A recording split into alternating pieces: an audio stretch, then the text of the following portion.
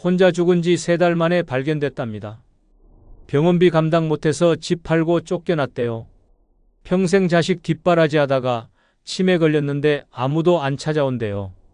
믿기 힘드시겠지만 지금 이 순간 당신 옆집에서 벌어지고 있는 진짜 이야기입니다. 늙어서 병들고 외롭고 무시당한 채 천천히 죽어가는 사람들의 공통점은 단 하나. 자신을 챙기지 못한 사람들입니다.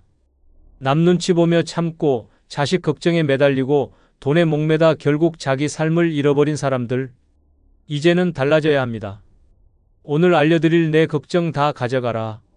노년에 스트레스 없이 사는 5가지 방법. 이 5가지만 지켜도 병, 외로움, 후회라는 이름의 지옥에서 당신 스스로를 구해낼 수 있습니다. 지금부터 시작합니다. 구독, 좋아요, 알림 설정 누르시면 시작하겠습니다.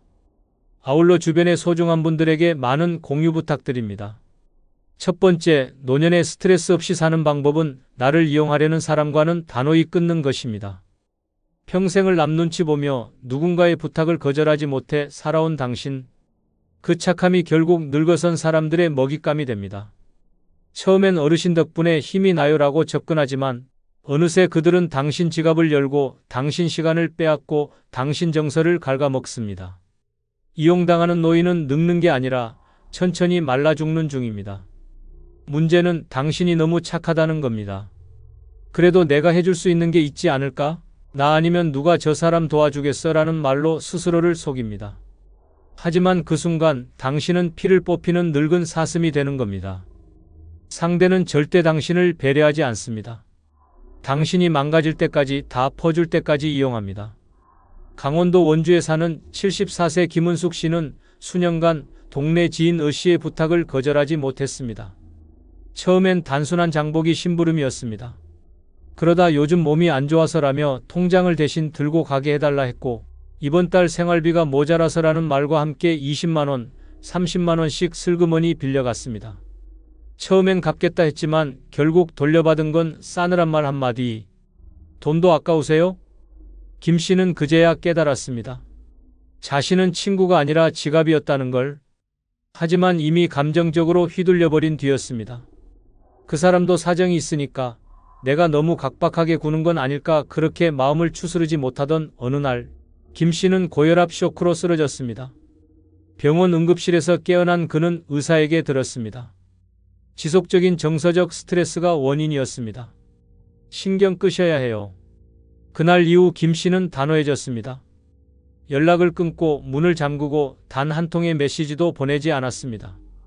동네에서 우연히 마주쳐도 지금 제 건강 챙기기도 바쁩니다라며 뒤돌아섰습니다. 놀랍게도 그 뒤로 몸이 좋아지기 시작했습니다. 약을 줄였고 잠이 잘 오고 얼굴에 생기가 돌았습니다. 김 씨는 말했습니다. 내가 나를 지켜낸 첫 순간이었어요.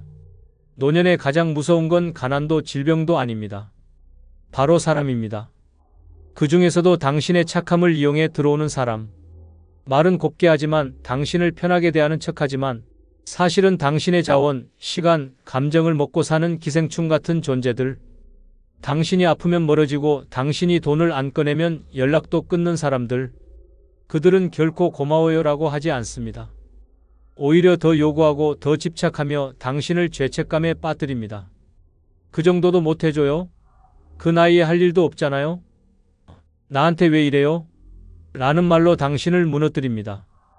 그때 단호하지 않으면 그 관계는 당신 삶 전체를 집어삼킵니다. 이제는 끊어야 합니다. 냉정해야 합니다. 내가 잘라내지 않으면 이 사람은 나를 끝까지 파먹겠구나 하는 직감이 들면 즉시 거리를 두십시오. 착하다는 이유로, 이해심 많다는 이유로 당신 인생을 갉아먹게 두지 마십시오. 관계는 주고받는 겁니다. 당신만 주고 상대는 받기만 한다면 그건 사람이 아니라 흡혈귀입니다. 그리고 노년의 가장 잔인한 건 흡혈귀를 친구로 착각한 채 늙어가는 겁니다. 당신은 지금이라도 바꿀 수 있습니다. 전화번호를 지우고 문을 닫고 마음을 정리하십시오. 그 한 사람을 잘라냈을 뿐인데 삶 전체가 환해지는 경험을 하게 될 것입니다. 그리고 속으로 외치십시오. 내 걱정 다 가져가라. 이젠 나도 나를 지키겠다. 그 결심 하나로 당신은 다시 살아납니다. 진짜 늙는 건 이용당하면서도 참고 사는 그 마음 때문입니다. 이제부터는 절대 누구의 감정 쓰레기통도 지갑도 방패막이도 되지 마십시오. 노년은 당신이 스스로를 가장 소중하게 여겨야 할 시간입니다. 두 번째, 노년에 스트레스 없이 사는 방법은 무엇도 영원하지 않다는 걸 깨닫고 집착을 버리는 것입니다. 내가 아낀 사람, 내가 지킨 집, 내가 모은 돈, 내가 믿은 관계, 그 모든 것이 언젠가는 사라지고 떠나고 배신하고 변합니다. 그런데도 끝까지 붙잡고 있으려다 결국 무너지는 건 당신 자신입니다. 집착은 늙은 인생을 가장 잔혹하게 파괴하는 감정입니다. 젊었을 땐 안 보입니다. 이 일은 절대 끝나지 않을 거야. 이 사람은 평생 내 편이겠지. 내 건강은 당분간은 괜찮겠지라고 생각합니다. 하지만 나이가 들면 모든 게 무너집니다. 기댔던 사람은 등을 돌리고 평생 지켰던 집은 팔려나가고 애지중지 모은 물건도 남들에겐 고철 덩어리일 뿐입니다. 그때 깨닫습니다. 아무것도 영원한 건 없구나. 경기도 평택에 사는 76세 정기열 씨는 평생 모은 돈을 들여 지은 단독주택에 집착했습니다. 아내가 요양병원에 들어간 후에도 그는 이 집만은 지켜야 한다며 혼자 남겨진 텅 빈 집에서 몇 년을 버텼습니다. 자식들은 다 떠났고 마당엔 잡초만 자라났으며 보일러는 고장나 겨울이면 입김이 나올 정도였습니다. 동네 사람들은 이제 집 줄이고 아파트로 옮기세요라고 조언했지만 그는 들은 채도 하지 않았습니다. 이 집이 자신의 삶이고 마지막 자존심이라고 믿었기 때문입니다. 하지만 어느 날 새벽 화장실 가다 미끄러지며 허리를 크게 다쳤습니다. 전화도 닿지 않았고 구조되기까지 무려 14시간을 바닥에서 끙끙 앓았습니다. 그제서야 그는 집착을 내려놓았습니다. 퇴원 후 그는 집을 팔고 소형 아파트로 옮겼습니다. 물건도 거의 다 정리했습니다. 말없이 버린 낡은 책상, 20년 넘은 그릇, 묵은 수건들. 그렇게 내려놓고 나니 놀랍게도 마음이 가벼워졌습니다. 그는 말합니다. 이 집이 내 전부인 줄 알았는데 아니었어요. 전부는 내가 살아있는 지금 이 순간이더라고요. 노년의 불행은 잃어서가 아니라 잃은 걸 놓지 못해서 생깁니다. 떠난 자식에게 집착하고 떠나간 사람을 미워하고 예전 명예를 그리워하고 건강하던 시절을 후회하며 사는 것. 그 모든 게 마음을 병들게 합니다. 바뀐 현실을 인정하지 못하고 과거에만 매달리면 결국 현재의 삶까지 잃게 됩니다. 이제는 인정해야 합니다. 아무리 아껴도 아무리 지켜도 모든 것은 언젠가 떠납니다. 사람도 재산도 건강도 기억도. 결국 내 손에 남는 건 내가 지금 느끼는 감정뿐입니다. 그리고 그 감정을 망치는 게 바로 집착입니다.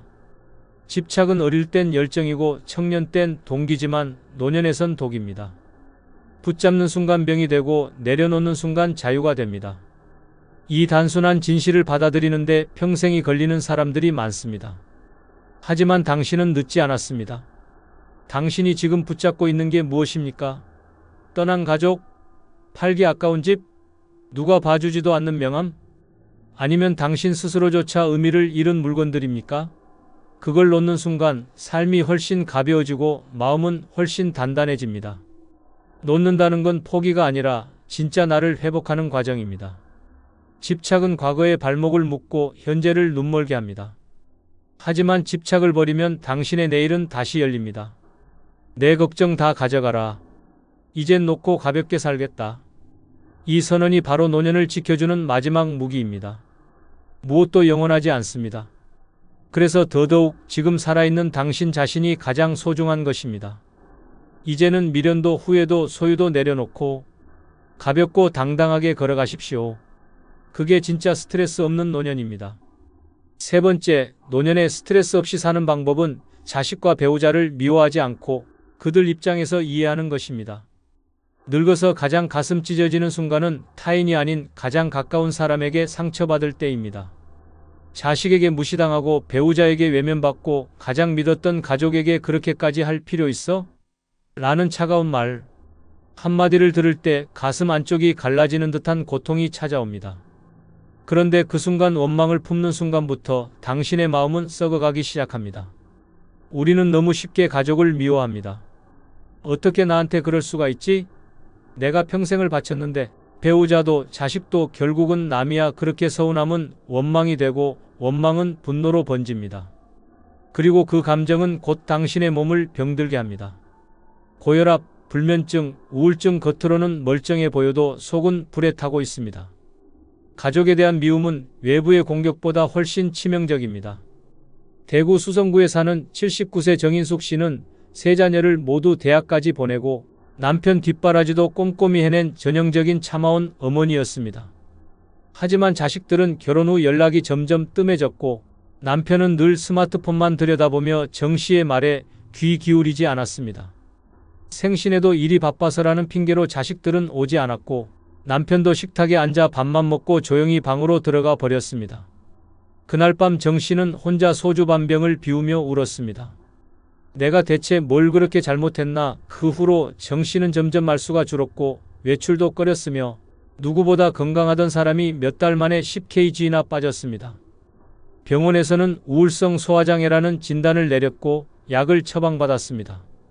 하지만 어느 날 우연히 TV에서 본 한 문장이 정 씨의 마음을 흔들었습니다. 그들도 자기 인생을 살아내느라 당신을 돌볼 여유가 없었을 뿐입니다. 그날부터 정 씨는 자식과 남편의 입장을 바라보기 시작했습니다. 큰아들은 회사에서 승진 스트레스로 고생 중이었고 둘째는 육아에 치여 자기 시간조차 없었고 남편은 친구를 잃고 고립감에 빠져 있었습니다. 그 사실을 알게 된 정 씨는 울면서 말했습니다. 나는 외로웠지만 그들도 다들 자기만의 외로움이 있었던 거더라. 그 후 정 씨는 달라졌습니다. 자식에게는 기대 대신 응원을 보냈고 남편에게는 잔소리 대신 따뜻한 차 한 잔을 내밀었습니다. 그러자 놀랍게도 가족들의 태도도 바뀌었습니다. 자식은 엄마 목소리 듣고 싶어서 전화했어요 라고 말했고 남편은 같이 산책 갈래요? 라며 먼저 손을 내밀었습니다. 정 씨는 그때 깨달았습니다. 내가 먼저 풀지 않으면 가족은 절대 다가오지 않는다는 것을. 가족에게 받은 상처는 깊지만 그 상처를 치유할 수 있는 사람도 결국 가족뿐입니다. 자식과 배우자를 미워하며 사는 순간 당신 인생은 괴로움의 수렁에서 빠져나올 수 없습니다. 하지만 단 한 번 그들의 입장에서 바라보는 순간 원망이 연민으로 분노가 이해로 바뀌며 당신의 마음이 풀리기 시작합니다. 노년의 스트레스를 키우는 가장 큰 독은 기대입니다. 자식이라면 이 정도는 해줘야지, 남편이라면 나를 좀 더 알아줘야지라는 기대는 충족되지 않을수록 당신을 쓰러뜨립니다. 반면 기대를 내려놓고 그저 한 인간으로 이해하려는 순간 마음은 편안해지고 몸은 가벼워집니다. 내가 외로운 만큼 그들도 힘들 수 있다. 이 문장을 마음속에 새기십시오. 미워할 시간을 이해로 바꾸는 것, 그게 바로 노년의 당신을 병들게 하지 않는 유일한 방법입니다. 그리고 마지막으로 이렇게 되뇌어 보십시오. 내 걱정 다 가져가라. 나는 오늘도 가족을 탓하지 않고 내 마음을 지키겠다. 그 결심 하나로 당신은 병이 아닌 회복의 길로 들어섭니다. 가족을 미워하지 않는 마음, 그것이야말로 늙은 인생의 마지막 품격입니다. 네 번째, 노년에 스트레스 없이 사는 방법은 돈에 목매지 않고 하루하루 만족하며 사는 법을 아는 것입니다. 늙어서 가장 비참한 삶은 돈은 있는데 행복이 없고 통장은 두둑한데 마음이 비어있는 인생입니다. 그리고 반대로 가장 초라한 삶은 남들 돈 가진 거 부러워하며 비교하다 병드는 인생입니다. 노년의 스트레스는 대부분 돈 걱정이라는 이름의 망상에서 시작됩니다. 저 노인네는 연금이 얼마라더라. 같이 퇴직했는데 쟤는 건물 주고 나는 월세라니. 내가 좀만 더 모아둘 걸, 이젠 끝장이야. 이런 생각들이 매일 밤 당신의 가슴을 짓누르고 결국은 고혈압, 불면증, 우울증으로 돌아옵니다. 그 어떤 병보다 무서운 건 쓸데없는 돈 걱정에 갇혀 스스로를 괴롭히는 마음입니다. 경북 구미에 사는 70세 문정혜 씨는 남편과 함께 40년간 자영업을 하며 악착같이 살았습니다. 퇴직금도 없었고 국민연금도 적었습니다. 남편이 병으로 쓰러진 뒤 병원비와 생활비를 감당하려 오래된 금반지와 시계를 팔아가며 하루하루 버텼습니다. 자식들은 각자 살기 바빴고 엄마 힘내요라는 말만 남기고 손은 내밀지 않았습니다. 문 씨는 매일 통장 잔액을 확인하며 잠들었고 3만 원 이상 쓰는 날이면 불안감에 눈을 못 붙였습니다. 그런데 어느 날 이웃 노인이 고급 재건축 아파트에 살면서도 외로움과 허무함에 세상을 등졌다는 이야기를 듣게 되었습니다. 그 순간 문 씨는 멍해졌습니다. 아, 돈이 많아도 결국 혼자 죽을 수 있구나. 그날 이후 문 씨는 생각을 바꿨습니다. 많이 없어도 매일 밥 잘 먹고 웃고 말할 수 있으면 그게 사는 거지. 그때부터 문 씨는 매일 아침 2,000원짜리 콩나물로 국을 끓이고 작은 플라스틱 화분에 고추 모종을 심으며 하루를 시작했습니다. 휴대폰에 웃긴 동영상 하나 저장해 놓고 그걸 보며 하루에 한 번은 크게 웃었습니다. 그리고 매일 밤 손바닥에 적었습니다. 오늘도 잘 살았다. 놀랍게도 몇 달 후 문 씨의 얼굴은 달라졌습니다. 건강도 좋아졌고 마음도 편안해졌고 사람들과 대화도 늘었습니다. 누군가 물었습니다. 뭐 좋은 일 있으셨어요? 문 씨는 웃으며 말했습니다. 돈은 없지만 하루하루가 내 인생에서 제일 부자 같아요. 노년의 돈에 목매면 결국 모든 것을 잃습니다. 몸도 망가지고 관계도 무너지고 삶의 의미도 사라집니다. 반면 있는 만큼 지금 이 순간에 만족하는 사람은 절대 병들지 않습니다. 돈은 많고 적음의 문제가 아닙니다. 쥐고 있는 그 돈을 어떻게 느끼고 쓰느냐가 노후의 질을 결정합니다. 부자가 아니어도 좋습니다. 하루에 3,000원짜리 식사라도 감사하게 먹을 줄 아는 마음, 옷장 속 옷 한 벌을 꺼내 입으며 기분 좋아지는 여유, 지갑에 10,000원이 있을 때 커피 한 잔쯤은 사 마실 수 있는 용기. 그게 노년의 가장 부유한 삶입니다. 비교하지 마십시오. 옆집과 비교하면 내 인생은 항상 초라해집니다. 남이 가진 거엔 끝이 없고 내가 가진 것도 결국은 언젠간 사라집니다.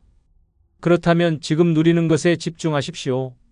그리고 매일 이렇게 다짐하십시오. 내 걱정 다 가져가라. 오늘 나는 충분히 잘 살고 있다. 그 말 한마디가 통장보다 강하고 보험보다 든든한 삶의 방패가 될 것입니다. 돈은 불안의 근원이 아닙니다. 비교와 욕심이 당신을 무너뜨릴 뿐입니다. 이제는 그 고리를 끊으십시오. 지금의 하루, 지금의 만족, 지금의 당신. 그것만으로도 충분히 잘 살고 있는 것입니다.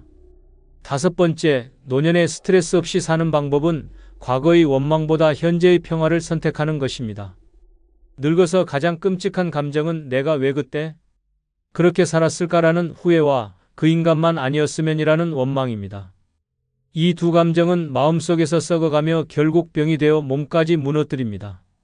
생각만 해도 분노가 끓어오르는 그 얼굴, 그 목소리, 그 말 한마디. 잊고 싶어도 잊히지 않는 그 과거. 하지만 그걸 끌어안고 사는 순간 당신의 남은 노년은 평화가 아니라 지옥이 됩니다. 사람은 누구나 상처를 안고 삽니다. 특히 가족에게 받은 상처는 깊고 오래갑니다.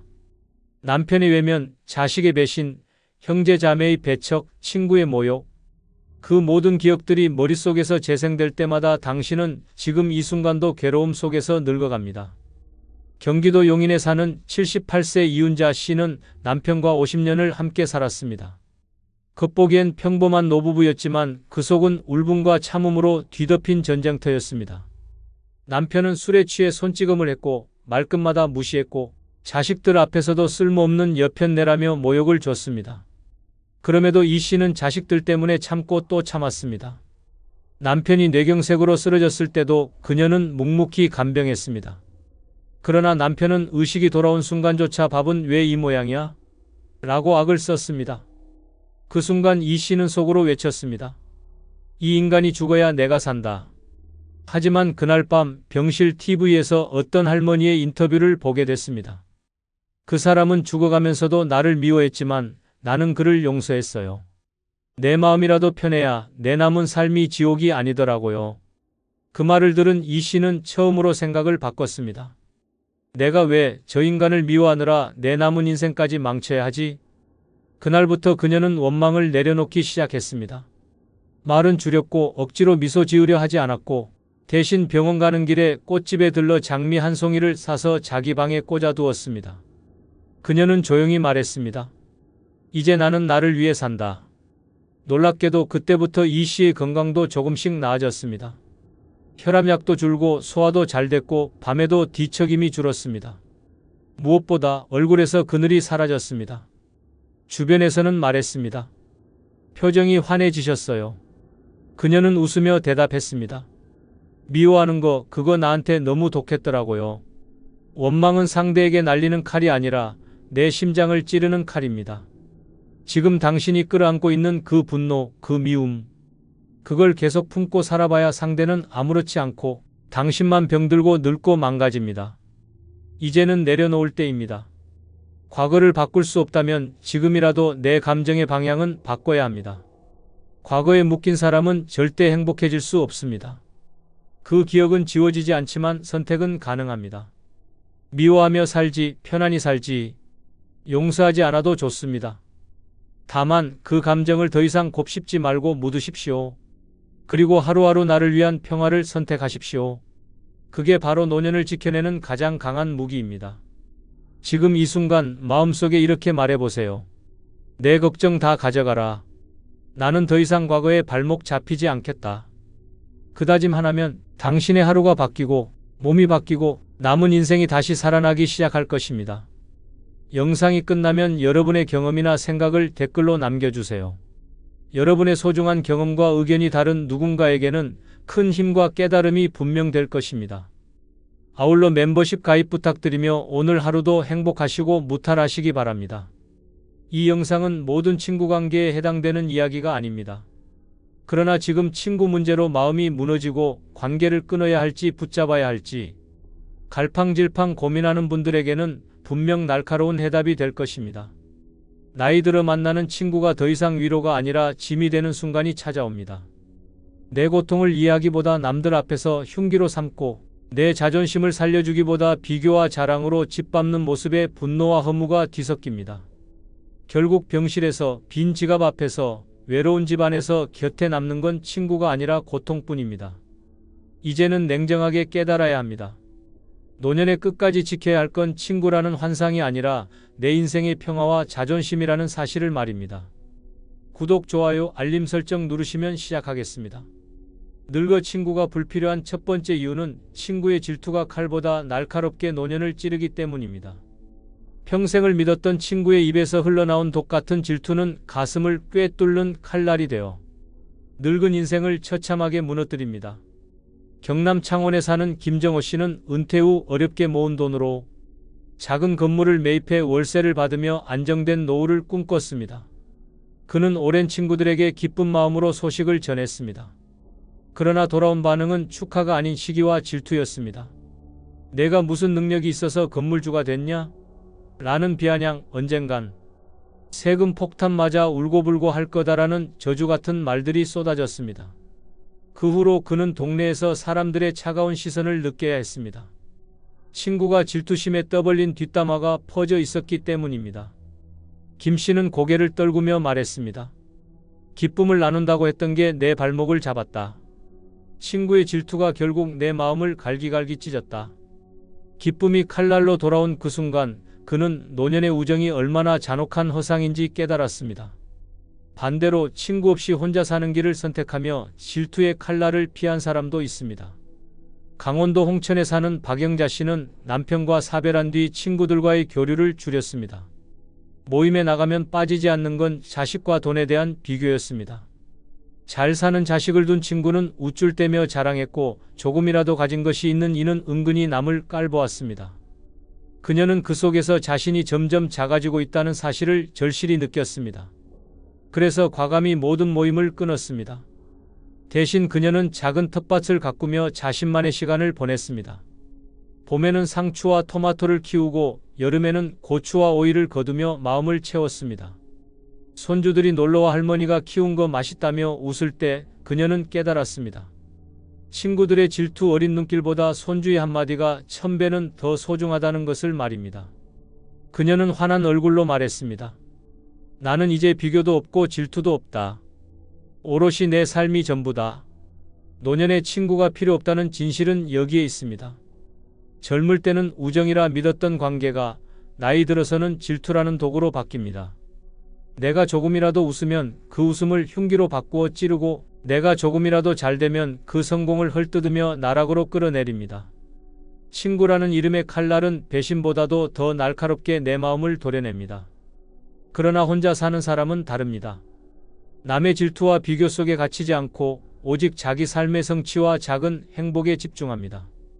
한 끼 밥을 스스로 지어 먹는 순간, 손주와 웃는 한 장면, 햇살을 받으며 책장을 넘기는 시간, 그것이야말로 질투의 독을 피한 진짜 행복입니다.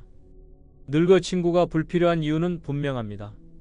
친구의 질투는 칼보다 날카롭게 내 인생을 찌르고 내 평화를 무너뜨립니다. 차라리 홀로 사는 편이 100번은 낫습니다. 질투의 눈길에 상처받으며 흔들리는 삶은 지옥이고 질투 없는 고요 속에서 웃을 수 있는 삶은 천국입니다. 이것이 늙어 친구가 필요 없는 가장 충격적이고 냉혹한 이유입니다. 늙어 친구가 불필요한 두 번째 이유는 가장 아픈 상처를 다시 들추는 사람이 친구이기 때문입니다. 믿었던 친구의 입에서 과거의 상처가 농담처럼 흘러나오는 순간 그 말은 날카로운 비수가 되어 심장을 찌릅니다. 전북 군산에 사는 최영준 씨는 젊은 시절 사업 실패로 집을 잃고 가족까지 흩어졌던 아픈 경험이 있었습니다. 오랜 세월 묻어두고 겨우 다시 일어서려던 순간 술자리에서 친구가 웃으며 말했습니다. 야, 너 그때 집 날리고 노숙자처럼 떠돌던 얘기 다 알지?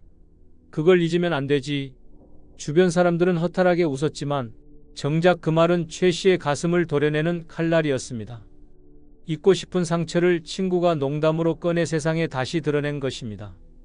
그날 이후 그는 모임에 나가지 않았습니다. 그는 한탄했습니다. 남은 모르는 상처를 가장 잘 아는 친구가 결국 그 상처를 제일 잔인하게 찔러댄다. 결국 그에게 친구란 위로가 아닌 고통의 재현이었고 우정은 도구로 변했습니다.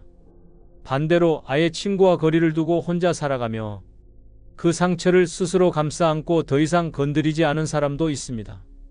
경북 안동에 사는 김명자 씨는 젊은 시절 남편의 외도로 극심한 고통을 겪었습니다. 당시 몇몇 친구들은 그녀의 아픔을 위로하는 척했지만 시간이 흐른 뒤 모임에서 술김에 그 일을 다시 들추곤 했습니다. 그래도 내 남편 바람난 얘기는 아직도 잊을 수가 없지? 라는 말은 그녀의 자존심을 송두리째 무너뜨렸습니다. 그래서 그녀는 단호히 친구들과의 관계를 끊었습니다. 이후 그녀는 텃밭을 가꾸고 자신이 좋아하는 노래를 배우며 홀로 삶을 채웠습니다. 누구도 그녀의 과거를 들추지 않았고 아무도 그녀의 상처를 다시 헤집지 않았습니다. 오직 자신만의 치유와 행복으로 삶을 채운 결과 그녀는 환하게 웃으며 말했습니다. 친구들이 들춰내던 과거가 사라지니 비로소 지금의 내가 살아났다. 노년의 친구가 필요 없다는 진실은 바로 여기에 있습니다. 젊을 때는 친구가 위로라고 믿었지만 늙어서는 그들이 가장 잘 아는 내 상처를 가장 잔혹하게 후벼 팝니다. 내가 피눈물로 잊으려는 과거를 다시 꺼내 조롱처럼 던지고 내 마음속 가장 깊은 흉터를 웃음거리로 만듭니다. 하지만 혼자 사는 사람은 다릅니다. 아무도 내 상처를 건드리지 않고 오직 나만이 내 과거를 어떻게 다룰지 선택합니다.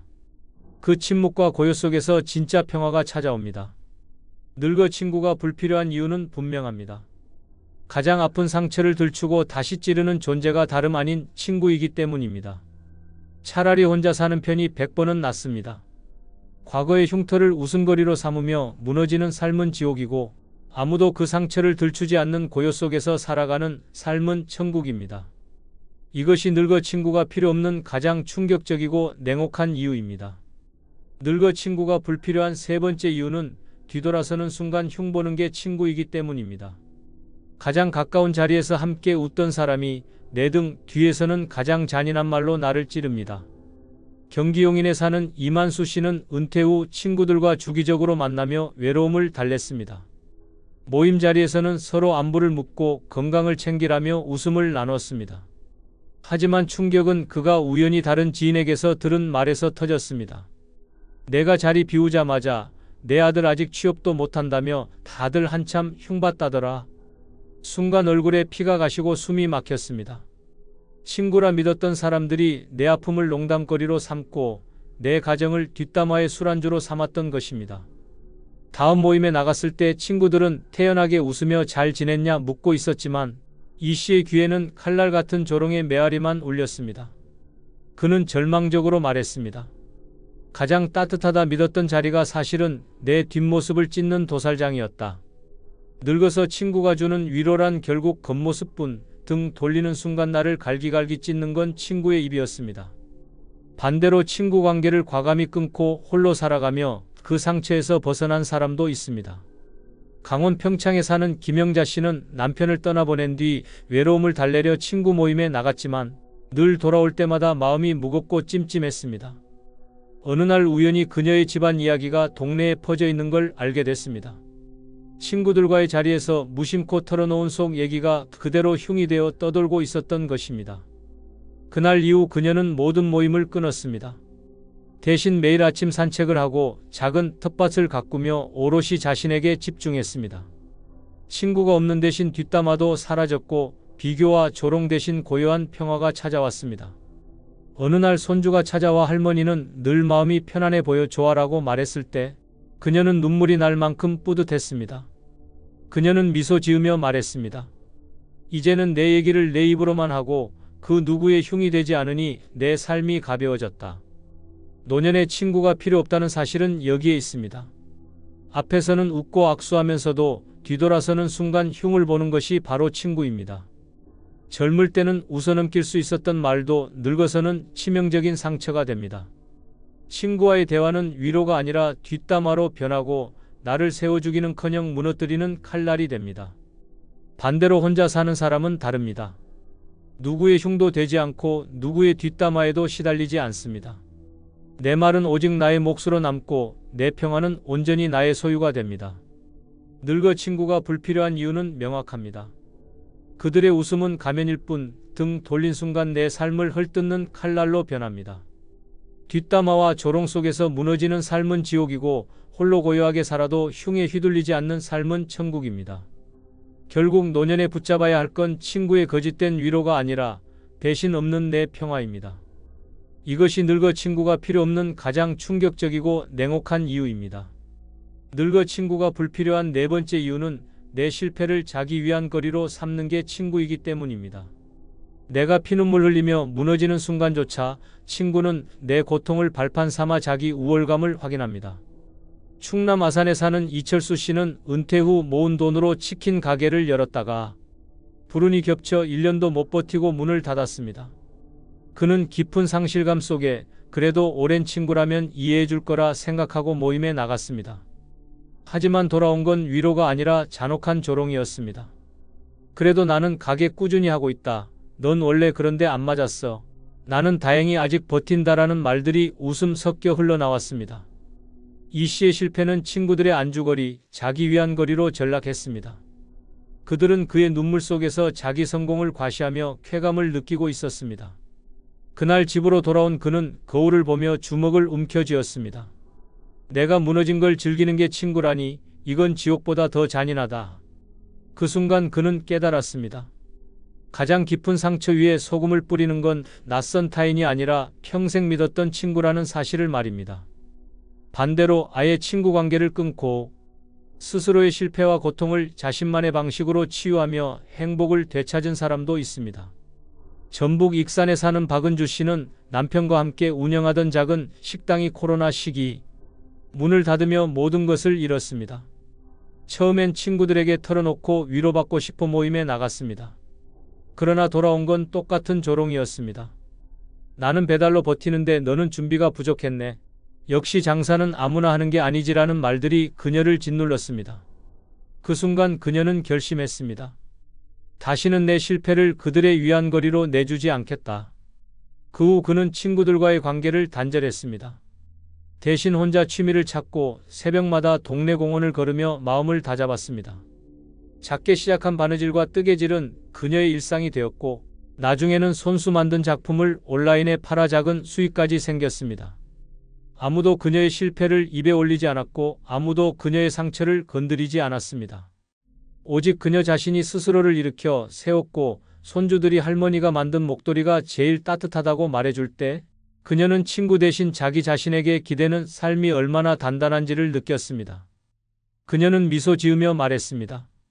내 실패를 웃음거리로 삼는 사람 대신 내 실패를 다시 시작의 밑거름으로 삼은 건 나 자신이었다. 노년의 친구가 필요 없다는 이유는 분명합니다. 내 실패를 가장 날카롭게 들추고 그것을 자기 위안거리로 삼는 건 언제나 친구입니다. 내가 쓰러진 순간 타인은 모를 수 있어도 친구는 가장 잘 알기에 가장 잔인하게 비틀어 웃습니다. 그러나 친구 없는 사람은 다릅니다. 실패를 오롯이 자신만의 몫으로 감당하며 타인의 시선에 휘둘리지 않고 다시 일어섭니다. 내 실패가 누군가의 자랑거리가 되지 않고 오직 내 성장의 디딤돌이 되는 것입니다. 늙어 친구가 불필요한 이유는 냉혹합니다. 내 눈물은 그들의 위안이 되고 내 무너짐은 그들의 웃음거리가 되기 때문입니다. 차라리 홀로 살아도 내 실패를 나만의 힘으로 끌어안는 삶이 100번은 낫습니다. 친구의 조롱 속에서 무너지는 노년은 지옥이고 나만의 힘으로 다시 일어서는 노년은 천국입니다. 이것이 늙어 친구가 필요 없는 가장 충격적이고 잔혹한 이유입니다. 늙어 친구가 불필요한 5번째 이유는 내 인생을 평가하는 재판관처럼 굴기 때문입니다. 가장 가깝게 웃던 친구가 내 삶의 법정을 열고 판결문을 읽어내릴 때 그 모욕과 수치심은 지옥의 심판보다 더 잔인합니다. 경기도 시흥에 사는 윤창호 씨는 은퇴 후 자식과 멀리 떨어져 혼자 살아가고 있었습니다. 어느 날 오랜 친구 모임에 나가 조심스레 요즘은 혼자 지내니 적적하다는 말을 꺼냈습니다. 그러나 돌아온 대답은 위로가 아니었습니다. 그래도 내가 자식 잘못 둔 거지. 우리 애들은 다들 잘 사는데 너는 왜 그러냐? 너 그렇게 살다간 병원비 때문에 다 무너질 거다라며 마치 판사처럼 인생 전체를 평가했습니다. 순간 얼굴이 화끈 달아오르고 숨이 막혔습니다. 위로를 기대한 마음은 산산조각 났고 친구라는 이름의 재판관은 그의 삶을 조롱해 법정에 세워버렸습니다. 윤 씨는 떨리는 목소리로 중얼거렸습니다. 가장 따뜻해야 할 자리에서 내 인생은 유죄 판결을 받았다. 친구의 혀끝은 칼보다 날카로웠고 웃음 뒤에 감춰진 그 심판은 노년의 자존심을 무자비하게 무너뜨렸습니다. 반대로 애초부터 친구에게 삶을 평가받지 않고 혼자만의 세상에서 오롯이 살아가며 평화를 얻은 사례도 있습니다. 충남 보령에 사는 김정희 씨는 남편을 떠나보낸 뒤 처음에는 외로움을 달래려 친구들과 어울렸습니다. 하지만 모임에서 매번 반복된 건 그녀의 삶에 대한 평가였습니다. 넌 아직도 전세살이냐? 내 아들은 결혼도 못했더라며? 같은 말들은 날마다 그녀를 조롱하고 자존심을 찢어버렸습니다. 그래서 그녀는 모든 모임을 끊었습니다. 이후 그녀는 자신이 진짜 좋아했던 그림을 다시 시작했습니다. 작은 방 한켠에 이젤을 세우고 매일 물감을 펼쳐놓으며 살아갔습니다. 작품을 완성할 때마다 느낀 성취감은 친구들의 평가 따위와는 비교도 안 되는 기쁨이었습니다. 손주들이 할머니 그림 진짜 멋있어라고 말해줄 때 그녀는 깨달았습니다. 내 삶을 심판하는 건 친구가 아니라 나 자신이다. 그 순간 그녀는 웃으며 평가의 족쇄에서 완전히 벗어났습니다. 노년의 친구가 필요 없다는 진실은 바로 여기에 있습니다. 젊을 땐 웃어넘길 수 있었던 말도 늙어서는 심장이 무너지는 독이 됩니다. 친구라는 이름 아래 모인 자리에서 내 인생은 평가의 대상이 되고 내 선택은 유죄 판결을 받습니다. 하지만 혼자 사는 사람은 다릅니다. 누구의 재판정에도 서지 않고 누구의 심판에도 흔들리지 않습니다. 내 삶은 오직 내가 결정하고 내 가치는 내가 정의합니다. 늙어 친구가 불필요한 이유는 분명합니다. 친구는 어느 순간 인생의 동반자가 아니라 내 삶을 평가하는 재판관으로 돌변합니다. 그들의 혀끝에서 쏟아지는 심판은 내 자존심을 산산조각 내고 노년의 평화를 파괴합니다. 차라리 홀로 살아도 내 인생의 판사는 오직 나 하나뿐인 삶이 100번은 낫습니다. 친구의 심판 속에 무너지는 노년은 지옥이고 스스로를 인정하며 사는 노년은 천국입니다. 이것이 늙어 친구가 필요 없는 가장 충격적이고 냉혹한 이유입니다. 늙어 친구가 불필요한 6번째 이유는 내 비밀을 무기로 바꾸는 게 친구이기 때문입니다. 오랜 세월 가장 믿었던 친구에게 털어놓은 한마디가 결국 내 인생을 무너뜨리는 흉기가 되어 돌아오는 순간 그 고통은 낯선 이의 배신보다 수십 배 잔혹합니다.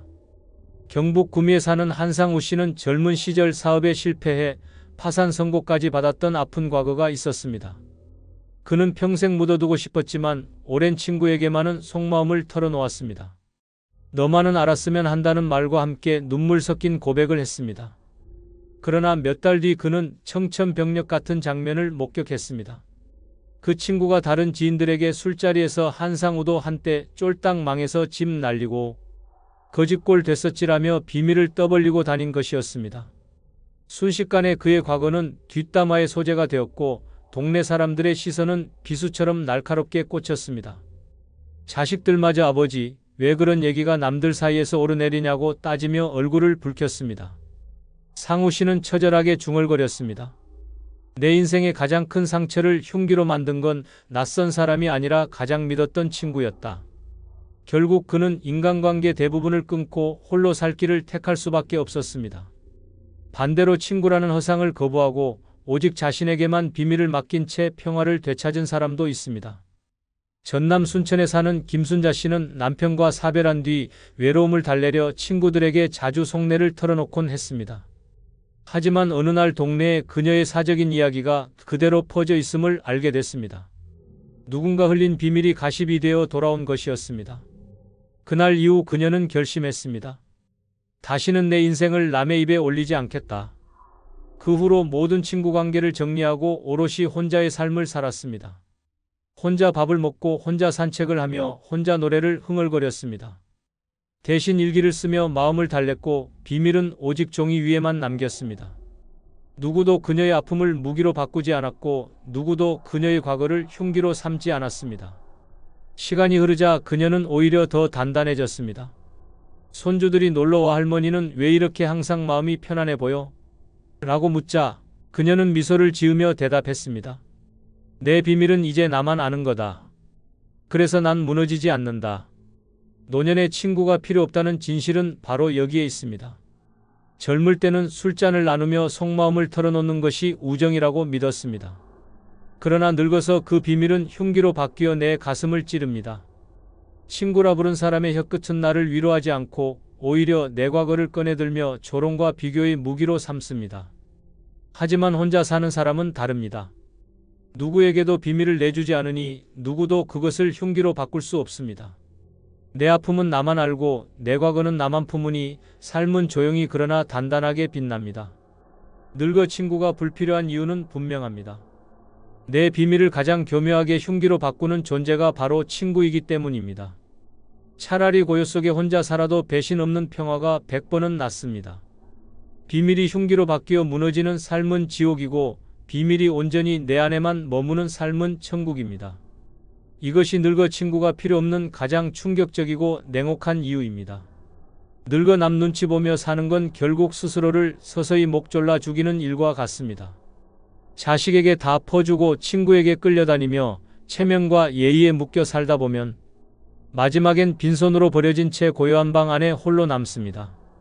남의 눈빛 하나에 웃고 울던 인생이 결국 내 인생을 갈갈이 찢어버린 칼이 됩니다. 늙음은 잔혹합니다.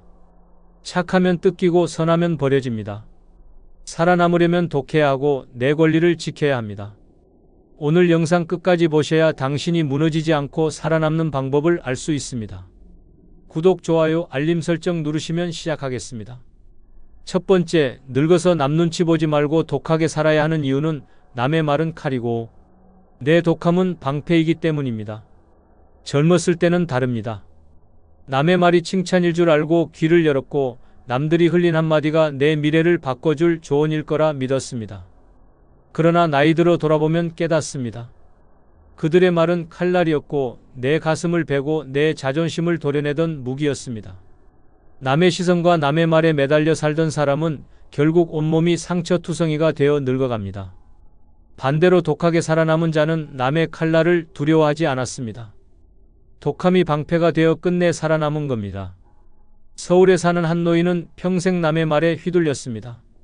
친척들이 자식한테 집 한 채는 해줘야지라고 말하자 가진 돈 다 털어 집을 내줬습니다. 이웃이 남자가 체면이 있지 허름하게 살면 되겠냐라는 말에 대출을 내어 허세를 부렸습니다. 친구가 너는 왜 그렇게 인색하냐라는 말에 빚까지 져서 밥값을 냈습니다. 그는 그 말들이 다 옳은 줄 알았습니다. 그러나 남은 건 산더미 같은 빚과 무너진 몸뿐이었습니다. 말로 시작된 칼날이 그의 삶을 도려낸 겁니다. 남들이 흘린 몇 마디가 그를 평생의 노예로 만들었습니다. 결국 병실 침대 위에 누워 홀로 숨을 거둘 때 그를 기억하는 이는 단 한 명도 없었습니다. 남의 칼에 찔려 피 흘린 건 자신뿐이었는데 그 칼을 쥔 자들은 이미 사라져 있었습니다. 반대로 경남에 사는 또 다른 노인은 달랐습니다. 그는 독했습니다. 자식이 집을 팔아달라고 말했을 때 그는 웃으며 잘라냈습니다. 이 집은 내 무덤이다. 내가 필요하면 내가 벌어라. 친구가 한 번만 도와달라고 부탁했을 때도 냉정하게 거절했습니다. 내 돈은 내 노후를 지키는 방패다. 미안하지만 안 된다. 처음엔 욕을 먹었습니다. 저 사람은 인정머리 없다, 냉혈하다는 소리를 들었습니다. 하지만 세월이 흐르자 그 독함이 오히려 존경으로 바뀌었습니다. 그는 집을 잃지 않았고 빚에 허덕이지 않았습니다. 병원에 갈 때도 남의 도움을 청할 필요가 없었습니다. 그가 지켜낸 방패는 결국 그의 생명을 지켜냈습니다. 늙어 남 눈치 보며 살면 결국 남의 말에 찔려 죽습니다. 이번 한 번만이라는 말은 칼날이고 당신은 착하니까라는 말은 덫입니다. 거절하지 못하는 순간 당신은 칼밥이 됩니다. 남의 말은 겉으론 부드럽지만 속은 날카로운 칼입니다. 그 칼은 내 호주머니를 털어가고 내 집을 빼앗고 내 자존심을 갈갈이 찢습니다. 노인의 착함은 미덕이 아니라 약점입니다. 세상은 그 약점을 무자비하게 찌릅니다. 착하면 뜯기고 선하면 잘립니다. 이게 노년의 잔혹한 현실입니다. 그래서 늙어서는 독해야 합니다. 내 독함은 유일한 방패입니다. 칼날 같은 말이 날아와도 안 된다라는 단호한 한마디가 그것을 튕겨냅니다. 못한다라는 냉정한 표정이 칼끝을 무디게 만듭니다.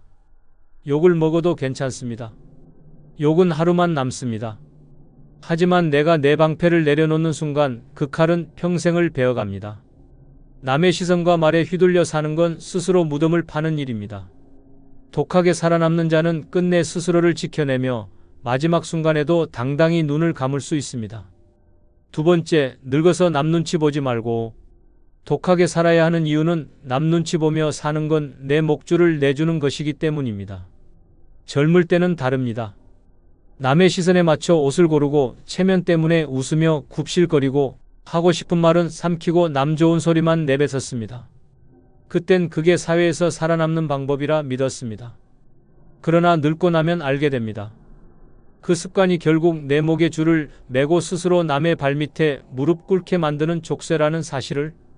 착하게 예의 있게 남 눈치 보며 살던 노인의 최후는 비참합니다. 남들은 웃으며 내 목줄을 잡아당기고 나는 질식하듯 무너집니다. 서울에 사는 한 노인은 평생을 남의 눈치에 매달렸습니다. 좋은 아버지라 불리고 싶어 자식이 원하는 건 다 들어줬습니다. 결혼자금, 집 마련, 손주 양육까지 없는 돈까지 끌어다 줬습니다. 친척들이 인정머리 없는 사람 소리할까봐 빚내서라도 도와줬습니다. 이웃이 뭐라 할까 두려워 본인 병원비를 줄여가며 남에게 베풀었습니다. 결국 남은 건 텅 빈 통장과 고장난 몸뿐이었습니다. 늙고 병들어 병실에 누워있을 때 그 노인은 마지막까지 핸드폰만 붙들고 있었습니다. 혹시라도 자식이 연락 올까 기대했지만 전화는 끝내 울리지 않았습니다. 그는 눈치 보며 살아온 대가로 목줄을 내주었고 남들이 잡아당기는 대로 끌려다녀 결국 아무도 곁에 없는 빈방 안에서 서서히 죽어갔습니다. 반대로 경북의 한 노인은 달랐습니다. 그는 일찍부터 독했습니다. 남들이 좀 도와달라는 말에 단호히 끊었습니다. 자식이 아버지 집 팔아달라고 했을 때 그는 냉정하게 잘라냈습니다. 내 집은 내 무덤이다. 필요하면 내가 벌어라. 동네에서 저 노인은 고집불통이다라는 욕을 먹었지만 개의치 않았습니다. 남의 눈치를 보지 않고 자신의 길을 걸었습니다. 세월이 흘러 주위 사람들이 하나둘 쓰러져 갈 때 그는 홀로 버텼습니다. 목줄을 내주지 않았기에 스스로를 지켜낼 수 있었습니다. 욕은 하루였지만 자유는 평생이었습니다. 늙어 남 눈치 보며 사는 건 결국 내 목줄을 내어주는 겁니다. 남들은 달콤한 부탁으로 다가옵니다. 이번 한 번만 도와주세요. 부모니까 해줘야죠. 하지만 그 순간 나는 목줄을 건네주는 겁니다. 한 번 잡힌 목줄은 결코 놓이지 않습니다. 남들은 더 세게 잡아당기고 나는 더 깊이 질식합니다. 내 삶의 선택권은 사라지고 나는 개처럼 끌려다니는 신세가 됩니다. 늙은이의 착함은 미덕이 아니라 약점입니다. 세상은 그 약점을 물고 늘어집니다. 남 눈치 보며 산다는 건 스스로를 제물로 바치는 잔혹한 희생일 뿐입니다. 그래서 늙어선 독해야 합니다. 안 된다는 단호함이 목줄을 내어주지 않는 방패가 됩니다. 욕을 먹어도 괜찮습니다. 욕은 하루면 사라집니다. 그러나 내가 내준 목줄은 평생을 올가맵니다. 남의 눈치를 보지 않고 차갑게 내 삶을 지켜야만 마지막 순간까지 당당할 수 있습니다. 남들이 떠들든 욕하든 그건 그들의 문제일 뿐입니다. 중요한 건 내가 목줄을 쥐고 있느냐, 내 목을 내어주느냐입니다. 독하게 내 목줄을 스스로 쥔 자는 마지막까지 자기 길을 걸으며 당당히 삶을 마무리할 수 있습니다. 세 번째, 늙어서 남 눈치 보지 말고 독하게 살아야 하는 이유는 남의 기준에 맞춰 살다 무덤에 누울 수 없기 때문입니다. 젊을 땐 남의 기준이 내 인생의 잣대였습니다. 남들이 성공이라 부르면 억지로 허세를 부렸고 남들이 불행이라 손가락질하면 밤잠을 설치며 뒤척였습니다. 집 한 채 없으면 무시당할까 빚내서라도 집을 샀고 자식이 좋은 대학 못 가면 나고자라며 고개를 숙였습니다. 남의 기준이 마치 신처럼 내 삶을 조종했습니다. 그러나 잔혹한 진실은 그들이 정한 기준에 맞춰 살아도 내 무덤 앞에서 눈물 흘려주는 이는 단 한 명도 없다는 겁니다. 결국 나는 내 인생을 남에게 바친 허수아비로 남을 뿐입니다. 서울의 한 노인은 평생 남의 기준에 목숨 걸고 살았습니다. 남들이 성공하려면 큰 집은 있어야 한다라는 말에 허리가 휘도록 대출을 안고 살았습니다. 남들이 좋은 부모는 자식에게 모든 걸 다 해주는 것이라 말하니 본인 병원비를 줄여서까지 자식을 챙겼습니다. 친척들이 체면이 중요하다라며 흉을 보자 없는 돈까지 꺼내 행사마다 체면 치레를 했습니다. 그렇게 남의 기준에 끌려다니며 살아온 결과 그는 늙어 몸은 무너지고 통장은 바닥났습니다. 무덤 앞에 서서 그래도 남들 눈엔 괜찮게 보였겠지라는 위안밖에 남지 않았습니다. 그러나 정작 남들은 그의 죽음을 이야기거리로 삼을 뿐 단 하루도 그의 희생을 기억하지 않았습니다. 그는 남의 기준이라는 쇠사슬에 묶여 살다 무덤 속까지 질질 끌려 들어간 것입니다. 반대로 부산의 한 노인은 달랐습니다. 그는 일찍이 남의 기준을 내던졌습니다. 내 나이에 그게 말이 되냐라는 조롱에도 하고 싶은 일을 했습니다. 자식이 뭐라 해도 내 돈은 내 즐거움에 썼고 체면 따위는 집 앞 쓰레기통에 던져버렸습니다. 사람들은 그를 두고 제멋대로 산다고 욕했습니다. 그러나 늙고 보니 그는 누구보다 당당했습니다. 무덤 앞에서도 후회가 없었습니다. 남의 기준이 아닌 자신의 기준으로 살았기에 마지막 숨조차 자유로웠습니다. 세상은 그의 독함을 욕했지만 결국 웃으며 삶을 마무리한 쪽은 그였습니다. 남의 기준에 맞춰 사는 건 곧 스스로의 목숨을 팔아넘기는 일입니다. 세상은 끝없이 요구합니다. 좋은 부모라면 이렇게 해야지. 남자가 이 정도는 해야 체면이 서지. 늙은이도 저 정도는 해야 욕먹지 않는다. 그 말들은 칼날이고 족쇄입니다. 거기에 맞추려 애쓰는 순간 내 인생은 산산조각 납니다. 무덤 앞에서조차 남들이 정해준 기준에 끌려간다면 그보다 더 비참한 죽음은 없습니다. 그래서 늙어선 독해야 합니다. 내 인생의 기준은 오직 나여야 합니다. 하고 싶은 일을 하고 쓰고 싶은 곳에 돈을 쓰고 가고 싶은 길을 가야 합니다. 남들이 뭐라 하든 상관없습니다. 욕은 하루면 사라지지만 내가 남긴 삶의 흔적은 평생 갑니다. 무덤에 누울 때조차 남 눈치 보며 그래도 체면은 지켰다라 말하며 죽는 건 스스로를 모욕하는 일입니다. 독하게 나의 기준을 지켜낸 자만이 마지막 순간까지 자유로운 인간으로 무덤에 누울 수 있습니다. 네 번째, 늙어서 남 눈치 보지 말고 독하게 살아야 하는 이유는 남에게 잘해줘도 돌아오는 건 배신뿐이기 때문입니다. 젊을 때는 다릅니다. 베풀면 돌아온다고 믿었고 착하게 살면 언젠가 보상받을 거라 생각했습니다. 하지만 세월이 흐르고 늙어보니 그 믿음은 잔혹한 환상이었습니다. 내가 남에게 쏟아부은 선의와 희생은 아무 흔적도 없이 사라졌습니다. 잘해준 만큼 되돌아오는 건 고마움이 아니라 배신이었고 결국 남은 건 이용당한 기억과 찢겨진 마음뿐이었습니다. 서울에 사는 한 노인은 평생 남을 위해 살았습니다. 자식이 원하면 학비를 대주고 결혼할 때는 빚까지 내서 집을 마련해줬습니다. 친척들이 어려움을 호소하면 본인 병원비를 줄여가며 도왔습니다. 친구가 힘들다 하면 한밤중에도 달려갔습니다. 그는 늘 내가 잘해주면 언젠가 돌아오겠지라 믿었습니다. 그러나 늙어 몸이 병들고 도움이 필요할 때 자식은 이제는 우리도 힘들다라는 말만 남기고 떠났습니다. 친척들은 연락을 끊었고 친구들은 외면했습니다.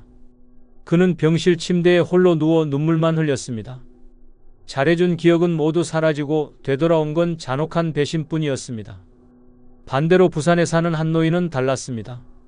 그는 일찍이 깨달았습니다. 남에게 잘해주면 그들은 당연한 줄 안다. 그래서 그는 철저히 독했습니다. 자식이 집을 달라 해도 단호히 거절했고 친구가 돈을 빌려달라 해도 냉정하게 끊었습니다. 남들은 그를 욕했습니다. 냉정하다, 독하다, 인정머리 없다. 하지만 세월이 지나고 보니 그는 살아남았습니다. 자식에게도 무시당하지 않았고 친구에게도 이용당하지 않았습니다. 그의 독함은 방패가 되었고 그 방패가 마지막까지 그를 지켜냈습니다. 욕은 하루였지만 자유는 평생이었습니다. 늙어 남에게 잘해주며 산다는 건 곧 내 인생을 내어주는 겁니다. 그들은 고마워하지 않습니다. 오히려 더 큰 요구를 들이밉니다. 부모니까 당연히 해줘야지. 친구라면 이 정도는 도와야지. 그렇게 시작된 선의는 끝내 내 목을 조르는 올가미가 됩니다. 잘해줄수록 그들의 칼날은 날카로워지고 결국 내 등을 찔러 파멸로 몰아갑니다. 노인의 선함은 미덕이 아닙니다. 세상은 그 착함을 물고 뜯어먹는 먹잇감으로 여깁니다. 그래서 늙어선 독해야 합니다. 거절할 땐 차갑게, 끊을 땐 잔혹하게 끊어야 합니다. 욕을 먹어도 괜찮습니다. 욕은 하루만 남습니다.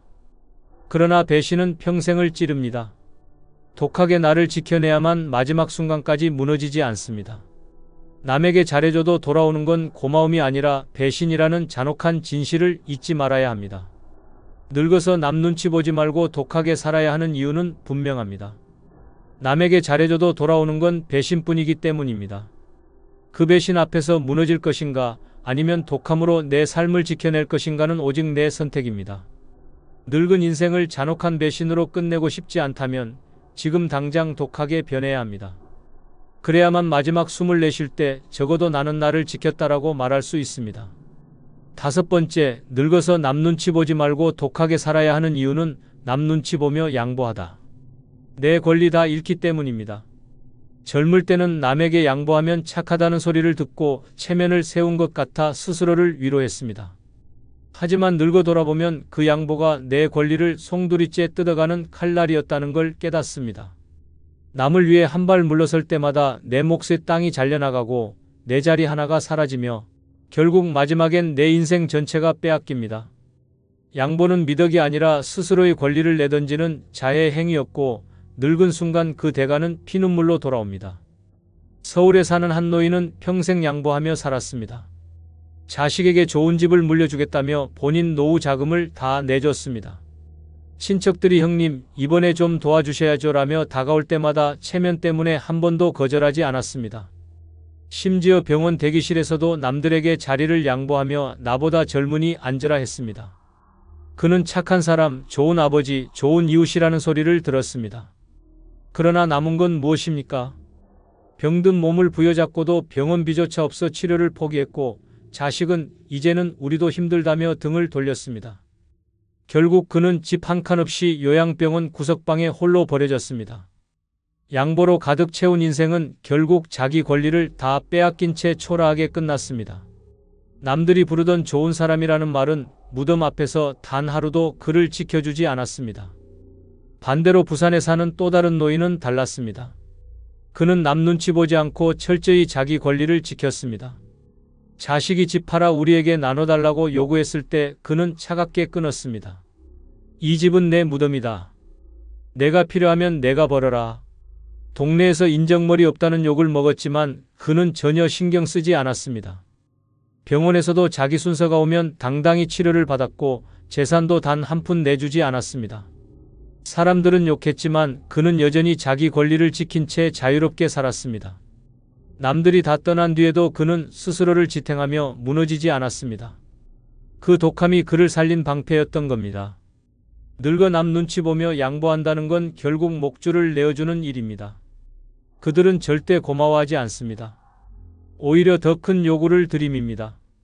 부모니까 당연히 해줘야지. 형님, 이번엔 꼭 도와주셔야지. 그렇게 양보하다 보면 어느새 내 권리는 사라지고 나는 이용당한 껍데기만 남습니다. 내 집도, 내 돈도, 내 자리도, 내 자존심까지 다 잃게 됩니다. 착한 노인은 결국 아무것도 지켜내지 못한 채 무너지고 독한 노인만이 끝까지 자신의 권리를 손에 쥘 수 있습니다. 그래서 늙어선 독해야 합니다. 내 권리를 빼앗기지 않으려면 냉정하게 안 된다라고 잘라야 합니다. 욕을 먹어도 괜찮습니다. 욕은 하루만 남습니다. 하지만 양보는 평생의 권리를 빼앗아갑니다. 늙은 인생의 마지막에 내가 설 자리를 지키고 싶다면 이제라도 독하게 변해야 합니다. 독하게 내 권리를 지킨 자는 마지막 순간까지 당당히 자기 몫을 지켜내며 무덤에 누울 수 있습니다. 6번째, 늙어서 남 눈치 보지 말고. 독하게 살아야 하는 이유는 남 따라 돈 쓰다 결국 빈털터리로 끝나기 때문입니다. 젊을 때는 달랐습니다. 체면 때문에, 비교 때문에 남들 눈에 초라해 보이기 싫어서 없는 돈까지 쥐어짜냈습니다. 친구가 해외여행 간다 하면 카드 빚을 내서라도 따라갔고, 친척 모임에서 눈치 보이며 값비싼 선물을 건넸습니다. 자식 결혼식에서는 남들에게 욕먹지 않으려고 빚까지 지며 호화스럽게 치렀습니다. 그땐 잘 살았다고, 인심 썼다고 남들이 박수 쳐줄 줄 알았습니다. 그러나 세월이 흘러 노년이 되니 남들은 나를 기억조차 하지 않았습니다. 남 따라 돈 쓰던 그 습관 하나가 내 노후를 완전히 거덜냈고 결국 남은 건 텅 빈 통장과 서늘한 방바닥뿐이었습니다. 서울에 사는 한 노인은 평생을 남의 기준에 맞춰 돈을 쓰며 살았습니다. 회사에서 잘 나가는 동료들이 고급 외제차를 타자 그도 빚을 내서 차를 바꿨습니다. 아이들 학원비 경쟁에서 밀리지 않으려고 적금을 깨고 결혼식은 호텔에서 해야 체면이 산다며 집을 담보로 대출까지 받았습니다. 그는 늘 내가 남보다 뒤처지면 안 된다라는 강박에 시달렸습니다. 하지만 은퇴 후 수입이 끊기자 지옥이 시작됐습니다. 대출이자와 생활비가 목을 죄었고 자식은 외면했습니다. 결국 노인은 집을 팔아 전세로 밀려났고 나중에는 전세조차 감당하지 못해 월세방으로 내몰렸습니다. 한때 잘 나갔다던 사람의 말로가 남 따라 돈 쓰다 빈털터리로 전락한 초라한 인생이었던 것입니다. 반대로 부산에 사는 또 다른 노인은 달랐습니다. 그는 일찌감치 결심했습니다. 남이 뭐라 하든 내 돈은 내 노후를 위해 쓰겠다. 친구들이 외제차를 사도 그는 낡은 차를 고쳐 타며 돈을 아꼈고 친척 모임에서도 허세 부리지 않고 있는 그대로 내놓았습니다. 자식 결혼식조차 소박하게 치렀습니다. 남들은 욕했습니다. 인색하다, 쪼잔하다. 하지만 세월이 지나고 보니 그가 웃었습니다. 연금과 저축으로 안정된 생활을 이어갔고 늙어서도 스스로 병원비와 생활비를 감당했습니다. 그는 독하게 자기 돈을 지켰기에 남들처럼 빈털터리로 무너지지 않았습니다. 욕은 잠깐이었지만 평생의 여유는 그의 몫이었습니다. 남 따라 돈 쓰며 남의 눈치를 본다는 건 결국 내 권리를 내어주는 겁니다. 사람들은 고마워하지 않습니다. 오히려 더 큰 비교와 압박으로 나를 짓밟습니다. 남들 다 하는데 너는 왜 못하냐라는 말에 휘둘리는 순간 나는 내 인생을 팔아넘기는 꼴이 됩니다. 그렇게 남 따라 돈 쓰다 보면 정작 늙어 병원에 누울 때 내 주머니엔 한 푼도 남아있지 않습니다. 노인의 빈털터리는 하루아침에 오는 게 아닙니다. 젊어부터 남 따라 돈 쓰며 쌓아온 잘못된 습관이 결국 목을 죄는 올가미가 되는 겁니다. 그래서 늙어선 독해야 합니다. 돈은 내 생명줄입니다. 남들이 뭐라 해도 내 돈은 내 노후를 위해 지켜야 합니다. 욕을 먹어도 괜찮습니다. 욕은 하루지만 빈털터리는 평생입니다. 결국 남은 인생을 지옥으로 끌어내리는 건 남의 눈치를 보며 흘려버린 돈입니다. 지금 당장 독하게 내 돈을 지켜야 합니다. 남이 뭐라 하든 내 길은 내가 가는 겁니다. 그래야만 마지막 순간에도 당당히 나는 내 인생을 팔지 않았다라며 눈을 감을 수 있습니다. 여러분, 앞으로의 인생은 누가 뭐라 해도 내 마음 편한 대로 살아야 합니다. 이제는 자식도 친구도 세상도 내 삶을 대신 살아주지 않습니다. 내가 아프면 내가 버텨야 하고 내가 외로우면 내가 견뎌야 합니다.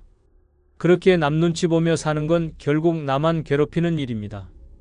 하고 싶은 건 하며 쓰고 싶은 곳에 쓰고 만나고 싶은 사람만 만나야 합니다. 그렇게 나답게 살아갈 때 비로소 마지막 순간까지 후회 없는 삶을 만들 수 있습니다. 노년의 외로움이 무서워 아무나 곁에 두다가는 그 순간부터 인생은 서서히 무너집니다. 마크 트웨이는 친구를 고를 때는 천천히, 바꿀 때는 더 천천히 하라는 말을 남겼습니다. 하지만 우리는 정에 끌려 잘못된 인연을 놓지 못하고 결국 그 독이 내 삶을 파고듭니다. 겉으로는 웃으며 다가오지만 뒤에서는 내 지갑을 노리고 내 자존심을 조롱하며 내 약점을 파헤치는 사람들이 있습니다. 공자는 군자는 의로 사귀고 소인은 이로 사귄다고 했습니다. 늙어 곁에 두는 친구가 어떤 부류인지에 따라 남은 삶은 천국이 되기도 하고 지옥이 되기도 합니다. 지금 이 영상을 끝까지 보셔야 합니다. 당신 옆에 있는 그 사람이 바로 절대 곁에 두면 안 되는 친구일 수 있기 때문입니다. 구독, 좋아요, 알림 설정 누르시면 시작하겠습니다. 노년에 절대 곁에 두면 안 되는 첫 번째 친구는 남에게 함부로 말하거나 대하는 사람입니다. 서울 구로구에 사는 71세 김정희 씨는 그 쓰라린 교훈을 온몸으로 겪었습니다. 평생 함께해온 친구와 동네 모임에 나간 어느 날이었습니다. 분위기가 무르익고 술이 몇 잔 오가자 친구는 농담이라며 김 씨의 가장 아픈 가정사를 대놓고 떠벌리기 시작했습니다. 자식 문제로 수년간 마음고생을 했던 사실이 모두 앞에서 웃음거리로 전락했고 그날 이후 김 씨는 모임에 다시 발길을 옮기지 못했습니다. 평생을 믿었던 친구가 단 몇 마디 말로 그의 자존심을 난도질한 순간이었습니다. 김 씨는 말했습니다. 돈을 잃으면 다시 벌면 되지만 한번 무너진 마음은 다시 못 세운다. 결국 그는 깨달았습니다. 늙어 곁에 두어야 할 사람은 나를 웃게 하는 사람이 아니라 내 상처를 감싸줄 줄 아는 사람이라는 사실을 말입니다. 노인이 되면 몸보다 마음이 더 약해집니다. 작은 말 한마디에도 쉽게 흔들리고 농담조차 독처럼 스며듭니다. 젊을 때는 대수롭지 않게 넘겼던 말도 노년에는 존재 자체를 부정당하는 칼날이 되어 꽂힙니다. 그 칼날은 눈에 보이지 않지만 피보다 더 깊은 흉터를 남깁니다. 혀는 뼈가 없지만 뼈를 부러뜨릴 수 있다는 말처럼 무심코 내뱉는 말은 노인의 존엄을 무너뜨리는 가장 무서운 무기가 됩니다. 남에게 함부로 말하는 친구를 곁에 두면 혼자 있는 것보다 더 고통스러운 노후를 맞이하게 됩니다. 노자는 선한 말은 꽃 같고 거친 말은 칼과 같다고 했습니다. 꽃 같은 말은 늙은 마음을 위로하고 지친 삶의 향기를 불어넣습니다. 하지만 칼 같은 말은 단숨에 사람의 가슴을 베어내고 수십 년 쌓아온 인연을 한순간에 끊어버립니다. 늙을수록 말의 무게는 더욱 치명적입니다. 한 번 잘못 뱉은 말은 사과로도 지워지지 않고 그 상처는 마음속에서 끝내 아물지 못합니다. 문제는 노년의 인간관계가 좁다는 데 있습니다. 새로운 친구를 사귀기 힘들고 오래된 인연 몇 명에 의존하며 살아가야 합니다. 그런 상황에서 무례하고 거친 말을 일삼는 사람을 곁에 두는 건 매일 독을 삼키는 것과 다르지 않습니다. 김정희 씨가 겪은 것처럼 평생 믿었던 친구조차 무너질 수 있습니다. 남에게 함부로 말하거나 대하는 사람은 내 인생의 빈틈을 찌르고 노년의 하루하루를 지옥으로 만듭니다. 따뜻한 말 한마디는 수십 년의 외로움을 덜어주지만 함부로 내뱉은 말 한마디는 남은 인생 전체를 무너뜨릴 수 있습니다. 노후의 평온함을 지키고 싶다면 무례한 친구와는 반드시 거리를 두어야 합니다. 내 마음을 존중하고 지켜주는 사람만 곁에 두는 것, 그것이 늙어서 살아남는 유일한 방법입니다. 노년에 절대 곁에 두면 안 되는 두 번째 친구는 밥값을 늘 내게 떠넘기는 사람입니다. 부산에 사는 74세 최성자 씨는 10여 년 가까이 친구들과 주기적으로 모임을 가져왔습니다. 문제는 매번 똑같이 반복되는 식사 자리였습니다. 밥을 먹고 나면 누군가는 슬그머니 계산대 쪽으로 몸을 피하고 또 누군가는 이번엔 내가 먼저 해, 다음에 내가 내게라며 자연스럽게 외면했습니다. 결국 늘 지갑을 여는 건 최 씨였습니다. 처음엔 우정이라 생각하고 웃으며 계산했지만 세월이 쌓일수록 모임은 즐거움이 아니라 짐이 되었고 남은 건 씁쓸함 뿐이었습니다. 그녀는 어느 날 말했습니다. 친구들이 내 돈을 갉아먹는 게 아니라 내 마음을 갉아먹고 있구나. 노후의 경제는 누구에게나 팍팍합니다. 연금으로 근근히 생활하는 상황에서 몇만 원, 몇십만 원은 결코 가벼운 돈이 아닙니다. 그러나 일부 친구들은 그 무게를 모른 척하며 늘 남의 호의를 당연하게 받아 먹습니다. 이런 친구는 단순히 공짜 밥을 먹는 것이 아니라 당신의 노후를 조금씩 침식시키는 기생충과도 같습니다. 밥값을 떠넘기는 행동은 돈만의 문제가 아닙니다. 상대를 우습게 보고 나의 수고를 무시하며 관계를 철저히 이용하려는 태도에서 비롯됩니다. 공자는 작은 일에 성실하지 못한 자가 큰 일에 성실할 수 없다고 했습니다. 밥값조차 제대로 나누지 않는 사람은 결국 더 큰 자리에서도 무책임하게 행동합니다. 또한 탈무드에는 이런 말이 있습니다. 공짜로 밥을 먹는 자는 결국 영혼까지 비친다. 남의 지갑으로 배를 채우는 친구는 언젠가 더 큰 배신을 할 사람입니다. 밥상머리에서 드러나는 태도가 그 사람의 인생을 고스란히 보여주는 것입니다. 나이 들어 곁에 둬야 할 사람은 함께 웃고 함께 짐을 나눠드는 사람이지 내 주머니를 도둑질하는 사람이 아닙니다. 매번 내가 계산하는 모임이라면 그건 친구가 아니라 도둑대와 다름없습니다. 밥값을 떠넘기는 친구는 나를 친구가 아닌 지갑으로 보는 사람입니다. 웃으며 밥을 먹는 순간에도 그들의 눈은 음식이 아니라 내 지갑을 향해 있습니다. 최성자 씨는 결국 결단을 내렸습니다. 더 이상 그런 모임에 나가지 않겠다고 말입니다. 처음엔 외로움이 두려웠지만 시간이 지나자 마음이 한결 가벼워졌습니다. 억울하게 돈을 쓰지 않아도 된다는 안도감, 나를 이용하지 않는 사람들과 새로 만나는 기쁨이 찾아왔습니다. 그는 깨달았습니다. 밥값은 돈의 문제가 아니라 존중의 문제다. 노년의 삶은 이미 한정된 시간과 돈 위에 서 있습니다. 그 귀한 순간을 갉아먹는 기생 같은 친구를 곁에 둘 이유가 없습니다. 내 노후를 망치지 않으려면 밥값을 떠넘기는 친구와는 반드시 손을 끊어야 합니다. 그것이 나를 지키는 최소한의 선택입니다. 노년에 절대 곁에 두면 안 되는 세 번째 친구는 나를 깎아내리거나 폄하하는 사람입니다. 경기도 성남에 사는 72세 박영희 씨는 40년 지기라 믿었던 친구에게 가장 깊은 상처를 받았습니다. 오랜만에 동창 모임에 나갔던 날, 그 친구는 대화 내내 박 씨의 삶을 비웃듯 말했습니다. 넌 평생 뭐 해놓은 게 있냐? 애들도 그다지 잘된 것 같지도 않네. 웃으며 던진 그 말 한마디가 박 씨의 가슴을 송곳처럼 찔렀습니다. 수십 년 동안 성실하게 살아온 삶을 단숨에 무가치한 것으로 만들어버린 모욕이었습니다. 집으로 돌아오는 길, 박 씨는 눈물이 멈추지 않았습니다. 그날 이후 그는 깨달았습니다. 노년에 가장 위험한 건 돈을 잃는 게 아니라 나를 짓밟는 사람 곁에 머무는 것이다.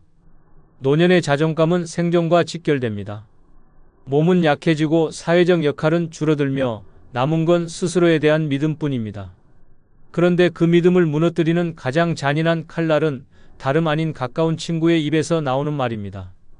젊을 때는 무시와 폄하를 참고 넘길 수 있었지만 나이 들어서는 그 말이 곧 내 존재 자체를 부정하는 폭력이 됩니다. 비웃음은 웃음이 아니라 멸시입니다. 가볍게 던진 조롱은 상대의 마음에 깊은 흉터를 새깁니다. 결국 그런 친구와의 관계는 나를 살리는 것이 아니라 서서히 갉아먹는 독이 됩니다. 여기서 떠올려야 할 사자성어가 있습니다. 첫째는 구밀복검입니다.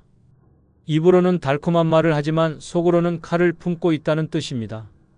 겉으로는 농담처럼 친근한 말처럼 포장하지만 그 속에 담긴 진짜 의도는 상대를 깎아내리는 비수일 수 있습니다. 둘째는 면정복배입니다. 겉으로는 순순히 따르지만 뒤로는 배반한다는 말입니다. 모임에서는 웃으며 내 옆에 앉아도 실제로는 나를 얕잡아보고 다른 사람 앞에서 내 삶을 깎아내리는 친구가 바로 이런 부류입니다. 이 두 사자성어는 노년의 인간관계에서 반드시 경계해야 할 유형을 정확히 보여줍니다. 진정한 친구라면 내 부족함을 덮어주고 나의 삶을 존중해줍니다. 하지만 나를 깎아내리는 친구는 내 마음을 쓰레기처럼 취급합니다. 그들의 말은 넌 별거 아니다라는 독성 메시지를 반복 주입하며 내 정신을 무너뜨립니다. 노년의 삶에서 이런 사람을 곁에 두는 건 스스로 목을 조르는 것과 다르지 않습니다. 박영희 씨는 결국 그 친구와의 관계를 정리했습니다. 처음엔 외로움이 두려웠지만 시간이 지나자 마음이 한결 가벼워졌습니다. 더 이상 비교당하지 않고 더 이상 무시당하지 않는 삶은 자유였습니다. 그는 말했습니다. 이제야 알겠다. 나를 존중하지 않는 사람은 친구가 아니라 적이다. 노후를 지키는 가장 강력한 무기는 돈도 건강도 아닙니다. 바로 나 자신을 존중하는 태도입니다. 나를 깎아내리는 친구와 거리를 두는 순간 비로소 내 삶은 무게를 되찾고 남은 인생은 존엄을 지킬 수 있습니다. 노년에 절대 곁에 두면 안 되는 네 번째 친구는 부탁할 때만 전화하는 사람입니다. 대구에 사는 73세 윤정자 씨는 십수년 동안 알고 지낸 친구에게 번번이 이용당했습니다. 그 친구는 늘 전화를 걸 때마다 시작이 똑같았습니다. 혹시 이번에 보증 좀 서줄 수 있니? 내일 병원 좀 데려다 줄 수 있을까? 급히 돈이 필요한데 다음 달에 갚을게. 반가운 인사 한마디도 없이 입을 열자마자 요구만 늘어놓았습니다. 윤 씨는 처음엔 정으로 생각하고 도왔지만 몇 년이 지나도 감사의 말은커녕 그 친구는 단 한 번도 윤 씨의 안부 전화를 한 적이 없었습니다. 어느 날 윤 씨가 병원에 입원했을 때조차 그 친구는 모른 척했고 오직 자기 필요할 때만 전화를 걸어왔습니다. 그 순간 윤 씨는 가슴 깊이 깨달았습니다. 이건 친구가 아니라 나를 소모품으로 쓰는 착취자구나. 나이 들어 인간관계는 좁아지고 남는 시간은 많아집니다. 그래서 전화를 받으면 반갑고 누군가 자신을 찾는다는 사실만으로 마음이 설레곤 합니다. 그러나 부탁할 때만 연락하는 사람은 그 심리를 교묘히 파고듭니다. 마치 관심을 주는 척 다가오지만 사실은 당신을 이용하는 계산된 손길일 뿐입니다. 그들의 목소리는 따뜻한 듯하지만 속은 차갑고 이기적입니다. 그 순간의 기쁨은 금세 피로와 허탈로 바뀌고 결국 남는 건 나는 그 사람에게 이용만 당하는 존재구나라는 깊은 상실감뿐입니다. 아리스토텔레스는 우정은 두 몸에 깃든 하나의 영혼이다라고 말했습니다. 그러나 부탁할 때만 전화하는 사람은 그 영혼을 함께 나누는 것이 아니라 한쪽의 영혼만 빨아먹는 흡혈귀 같은 존재입니다. 또 링컨은 당신의 진정한 친구는 어려울 때 곁에 있는 사람이 아니라 아무 이유 없이 곁에 있어주는 사람이다라고 했습니다.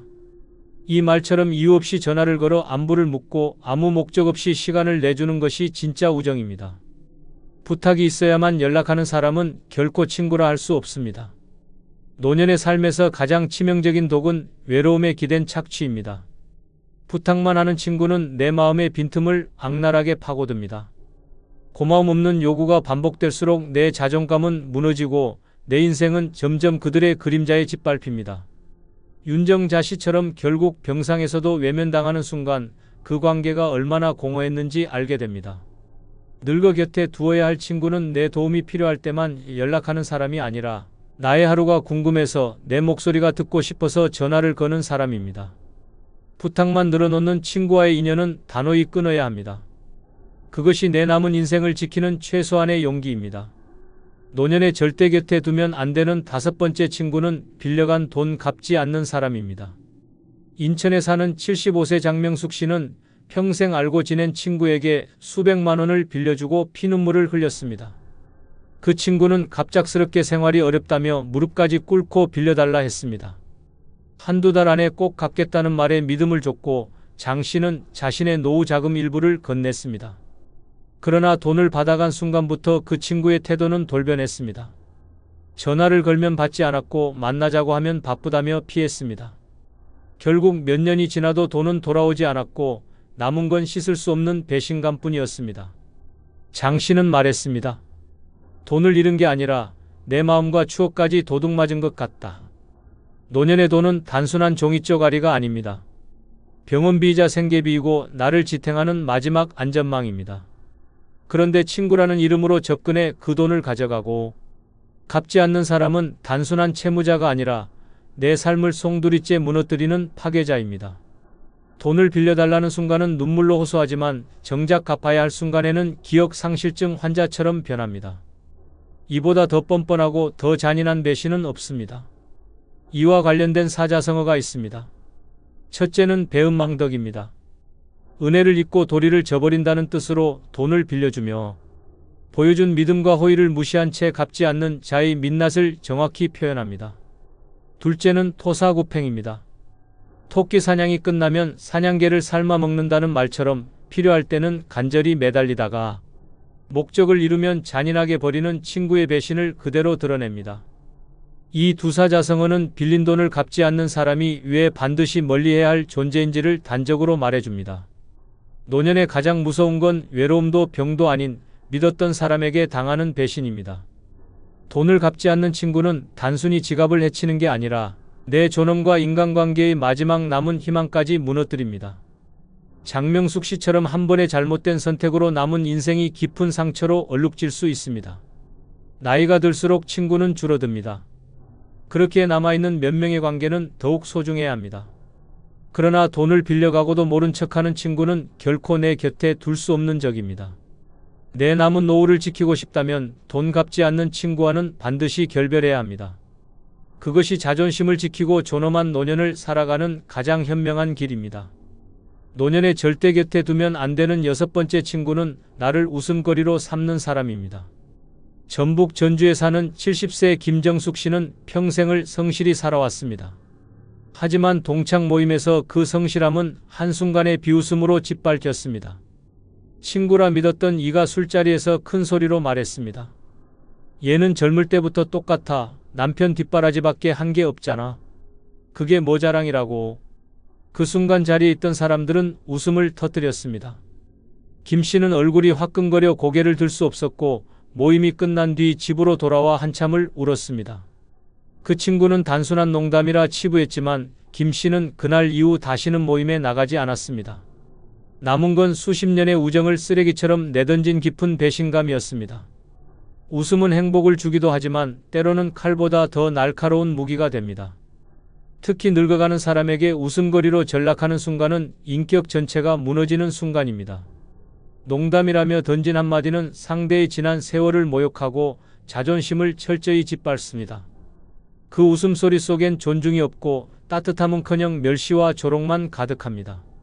나를 웃음거리로 삼는 친구는 절대로 친구가 아닙니다.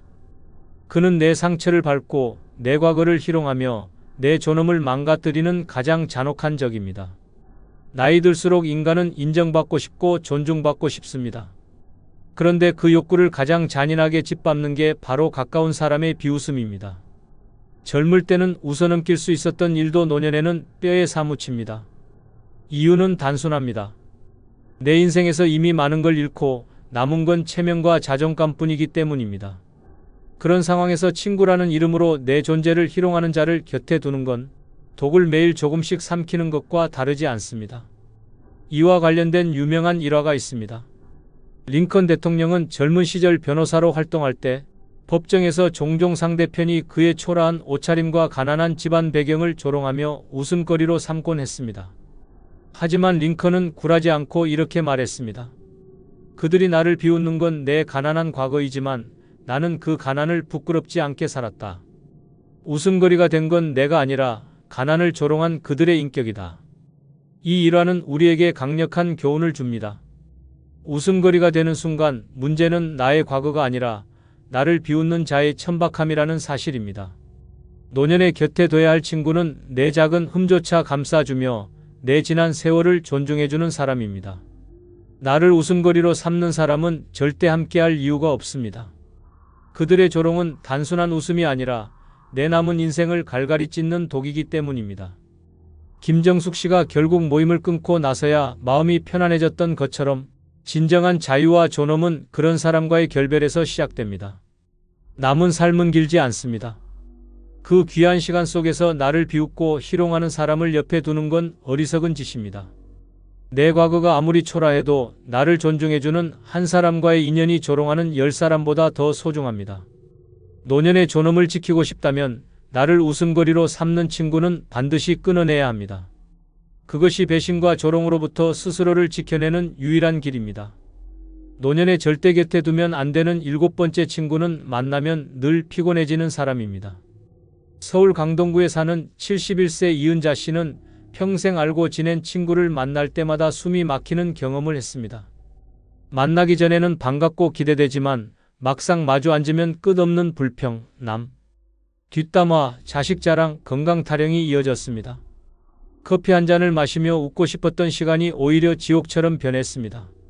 집으로 돌아올 때면 어깨가 천근만근 무겁고 밤에는 그 친구의 불만 섞인 목소리가 귓가에 맴돌아 잠조차 이루지 못했습니다. 이 씨는 어느 날 거울 앞에서 중얼거렸습니다. 나는 왜 친구를 만나고도 이렇게 피곤해야 하나?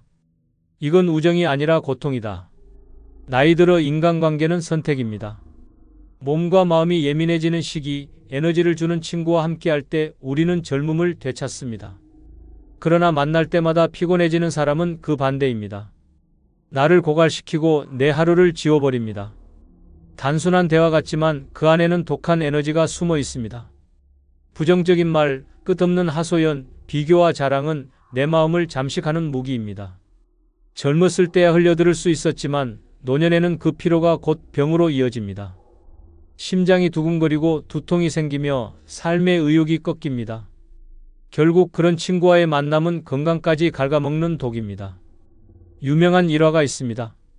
에디슨은 평생 혁신적인 발명을 하며 엄청난 스트레스를 받았습니다. 그는 이런 말을 남겼습니다. 나는 문제를 해결해주는 사람과는 평생을 함께했지만 문제만 떠안기고 내 머릿속을 시끄럽게 하는 사람과는 단 하루도 함께하지 않았다. 실제로 에디슨은 실험 실패로 조롱하던 지인들과 거리를 두고 묵묵히 격려해주는 동료들과 끝까지 연구를 이어갔습니다. 그 결과 전구, 축음기 같은 위대한 발명이 탄생했습니다. 이 일화는 분명히 말해줍니다. 피곤함만 안겨주는 관계는 나를 소모시키지만 에너지를 주는 관계는 삶 자체를 바꾼다는 사실을 말입니다. 노년의 하루는 이미 짧고 소중합니다. 그 시간을 피곤하게 만드는 사람에게 쓰는 건 자살 행위와도 같습니다. 만나고 돌아오는 길에 허무와 고단함만 남는다면 그건 친구가 아니라 짐입니다. 진짜 친구라면 만난 뒤 마음이 가벼워지고 몸이 편안해지고 웃음이 남아야 합니다. 그렇지 않다면 그 관계는 단호히 정리해야 합니다. 이은자 씨는 결국 결심했습니다. 피곤하게 만드는 친구와의 모임을 끊고 대신 편안하게 대화할 수 있는 이웃과 자주 만나기 시작했습니다. 그때서야 삶은 한결 밝아지고 몸의 통증마저 줄었습니다. 그는 말했습니다. 친구는 숫자가 아니라 에너지다. 나를 지치게 하는 사람은 친구가 아니다. 노년의 삶은 남은 시간을 어떻게 쓰느냐에 달려 있습니다. 만나고 난 뒤 웃음이 남는 사람, 나를 존중해주는 사람과만 시간을 써야 합니다. 늘 피곤하게 만드는 친구를 곁에 두는 건 내 인생을 조금씩 죽이는 길입니다. 그러니 지금이라도 끊어내야 합니다. 그것이 내 남은 시간을 지키는 가장 현명한 선택입니다. 엄마, 제발 그 사람 좀 그만 만나요. 가족이 무슨 꼴이 되는지 안 보여요? 아버지, 사랑은 무슨 사랑이에요? 결국 돈만 다 털리고 병수발만 하게 될 겁니다. 나이 들어 연애하면 행복할 줄 아세요? 그건 지옥문 열어젖히는 거예요. 이 끔찍한 대화는 단순한 과장이 아닙니다. 노년에 시작한 사랑은 달콤한 미소 뒤에 숨겨진 날카로운 칼날일 수 있습니다. 병들면 외면당하고 재산은 순식간에 사라지며 자식과도 등을 지게 됩니다. 무엇보다 세상의 시선은 싸늘합니다. 늙어서 눈이 멀었다는 비난 속에서 존경은 무너지고 남는 건 후회뿐입니다. 늙어 이성을 사랑하면 닥쳐올 불행은 피할 수 없는 덫처럼 기다리고 있습니다. 구독, 좋아요, 알림 설정 누르시면 그 6가지 불행을 알려드리겠습니다. 아울러 주변의 소중한 분들에게 많은 공유 부탁드립니다. 늙어 이성을 사랑하면 닥쳐올 첫 번째 불행은 내 자식과 단절되기 때문입니다. 서울에 사는 72세 오승호 씨는 아내와 사별한 뒤 몇 년 동안 홀로 살았습니다. 외로움은 깊었고 집안은 늘 쓸쓸한 공기만 맴돌았습니다. 그러던 어느 날 동네 모임에서 한 여성을 알게 되었고 그는 다시 살아난 듯한 기분을 느꼈습니다. 늦게 찾아온 사랑이라 생각하며 그녀와 동거를 시작했지만 문제는 자식들이었습니다. 아들은 차갑게 말했습니다. 아버지, 이제 와서 새 여자를 집에 들여 뭐 하시려는 겁니까? 저희 어머니 얼굴에 먹칠하지 마세요.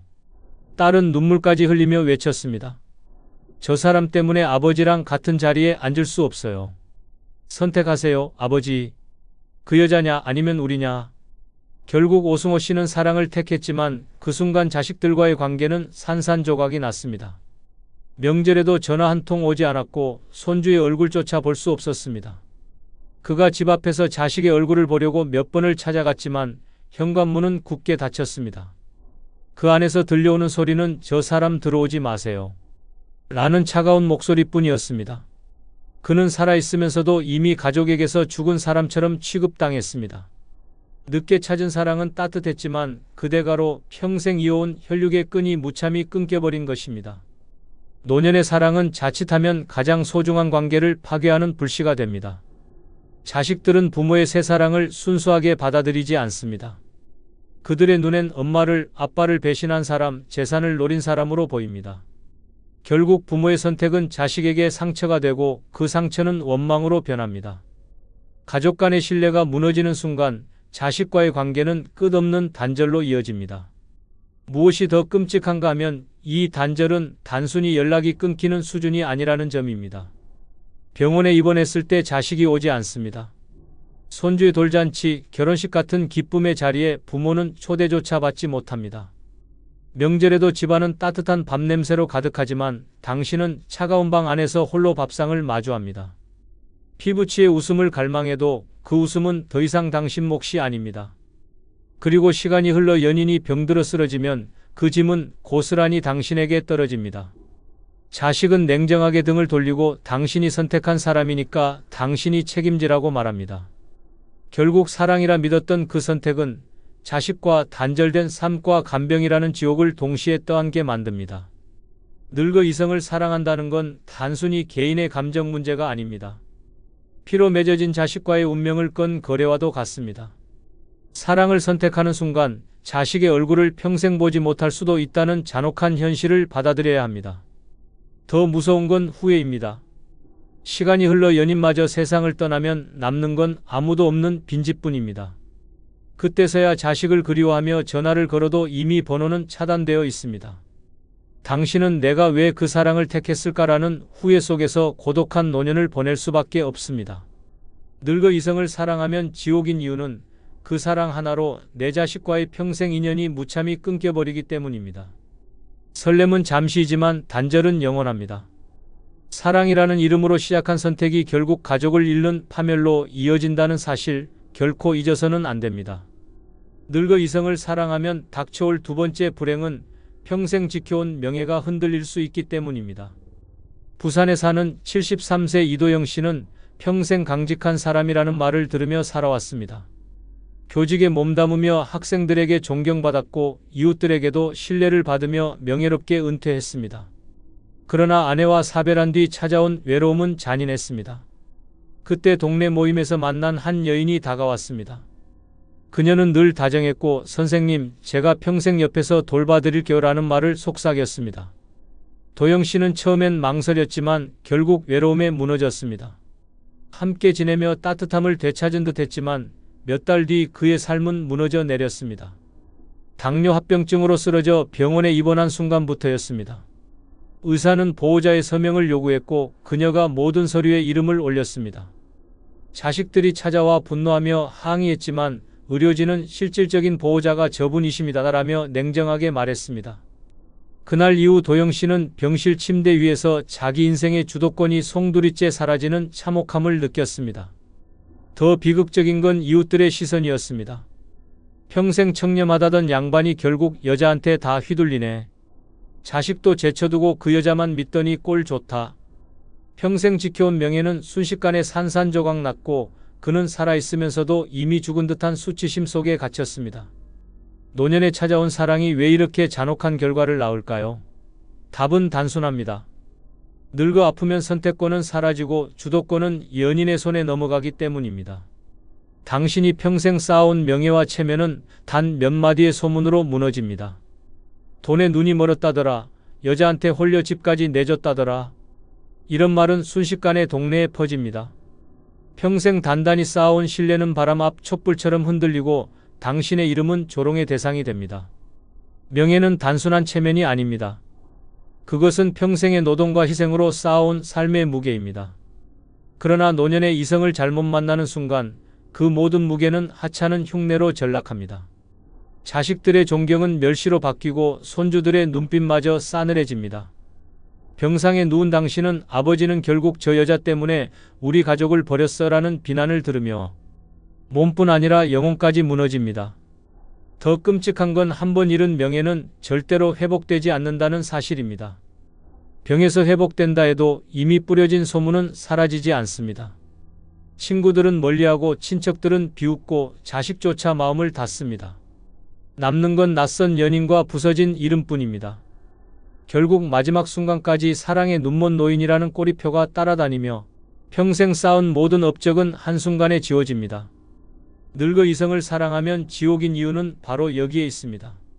내가 아파 쓰러지는 순간 내 인생의 주도권과 함께 평생 지켜온 명예까지도 산산조각 나버린다는 사실입니다. 설렘은 잠시지만 무너진 명예는 영원히 회복할 수 없습니다. 사랑이라 믿었던 선택이 결국 내 이름을 조롱거리로 만들고 평생의 업적을 무덤 속까지 더럽히는 파멸로 이어질 수 있다는 잔혹한 현실을 잊어서는 안 됩니다.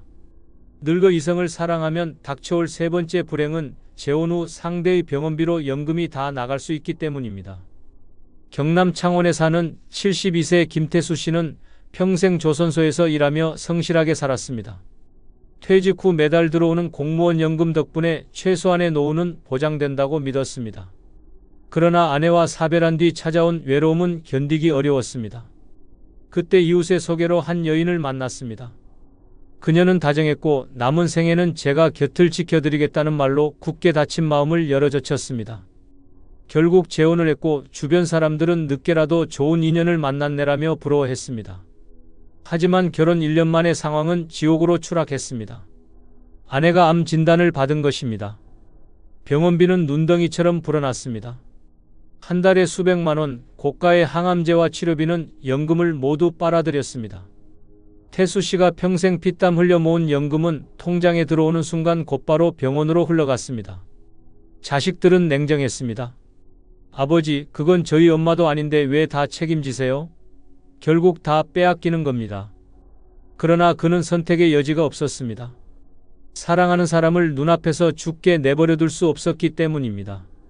하지만 시간이 지날수록 연금은 바닥나고 치료비를 감당할 길이 없어 결국 빚까지 지게 되었습니다.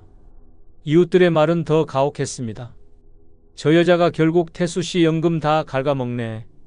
존경받던 이름은 한순간에 혹으로 변했고 남은 건 허탈한 웃음과 끝없는 고통뿐이었습니다.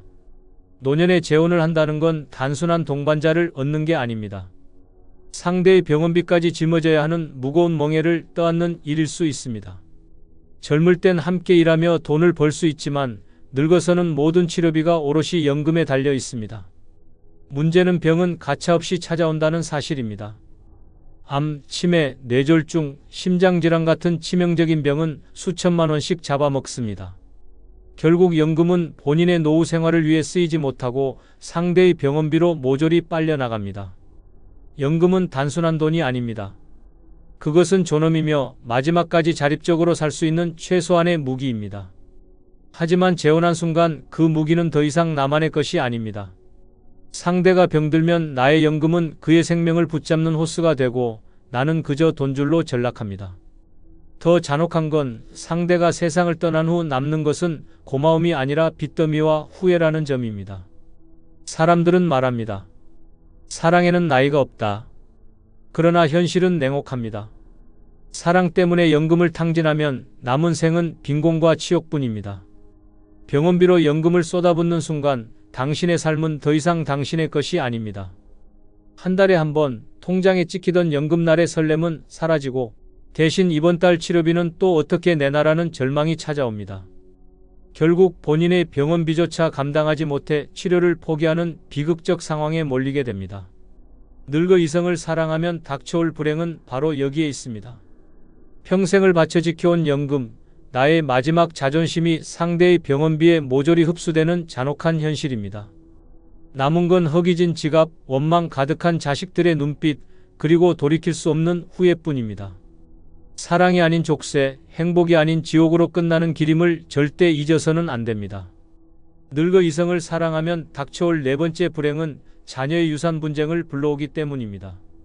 경기도 수원에 사는 75세 장윤호 씨는 평생 공직에서 성실히 일하며 이름 하나로 살아왔습니다. 아내와 사별한 뒤 몇 년간 홀로 살다가 70이 넘어서 한 여성을 만나 재혼을 했습니다. 처음엔 주변에서도 늦게라도 동반자를 만났다니 잘됐다는 말이 나왔습니다. 그러나 장윤호 씨가 갑자기 심장질환으로 쓰러지면서 상황은 완전히 바뀌었습니다.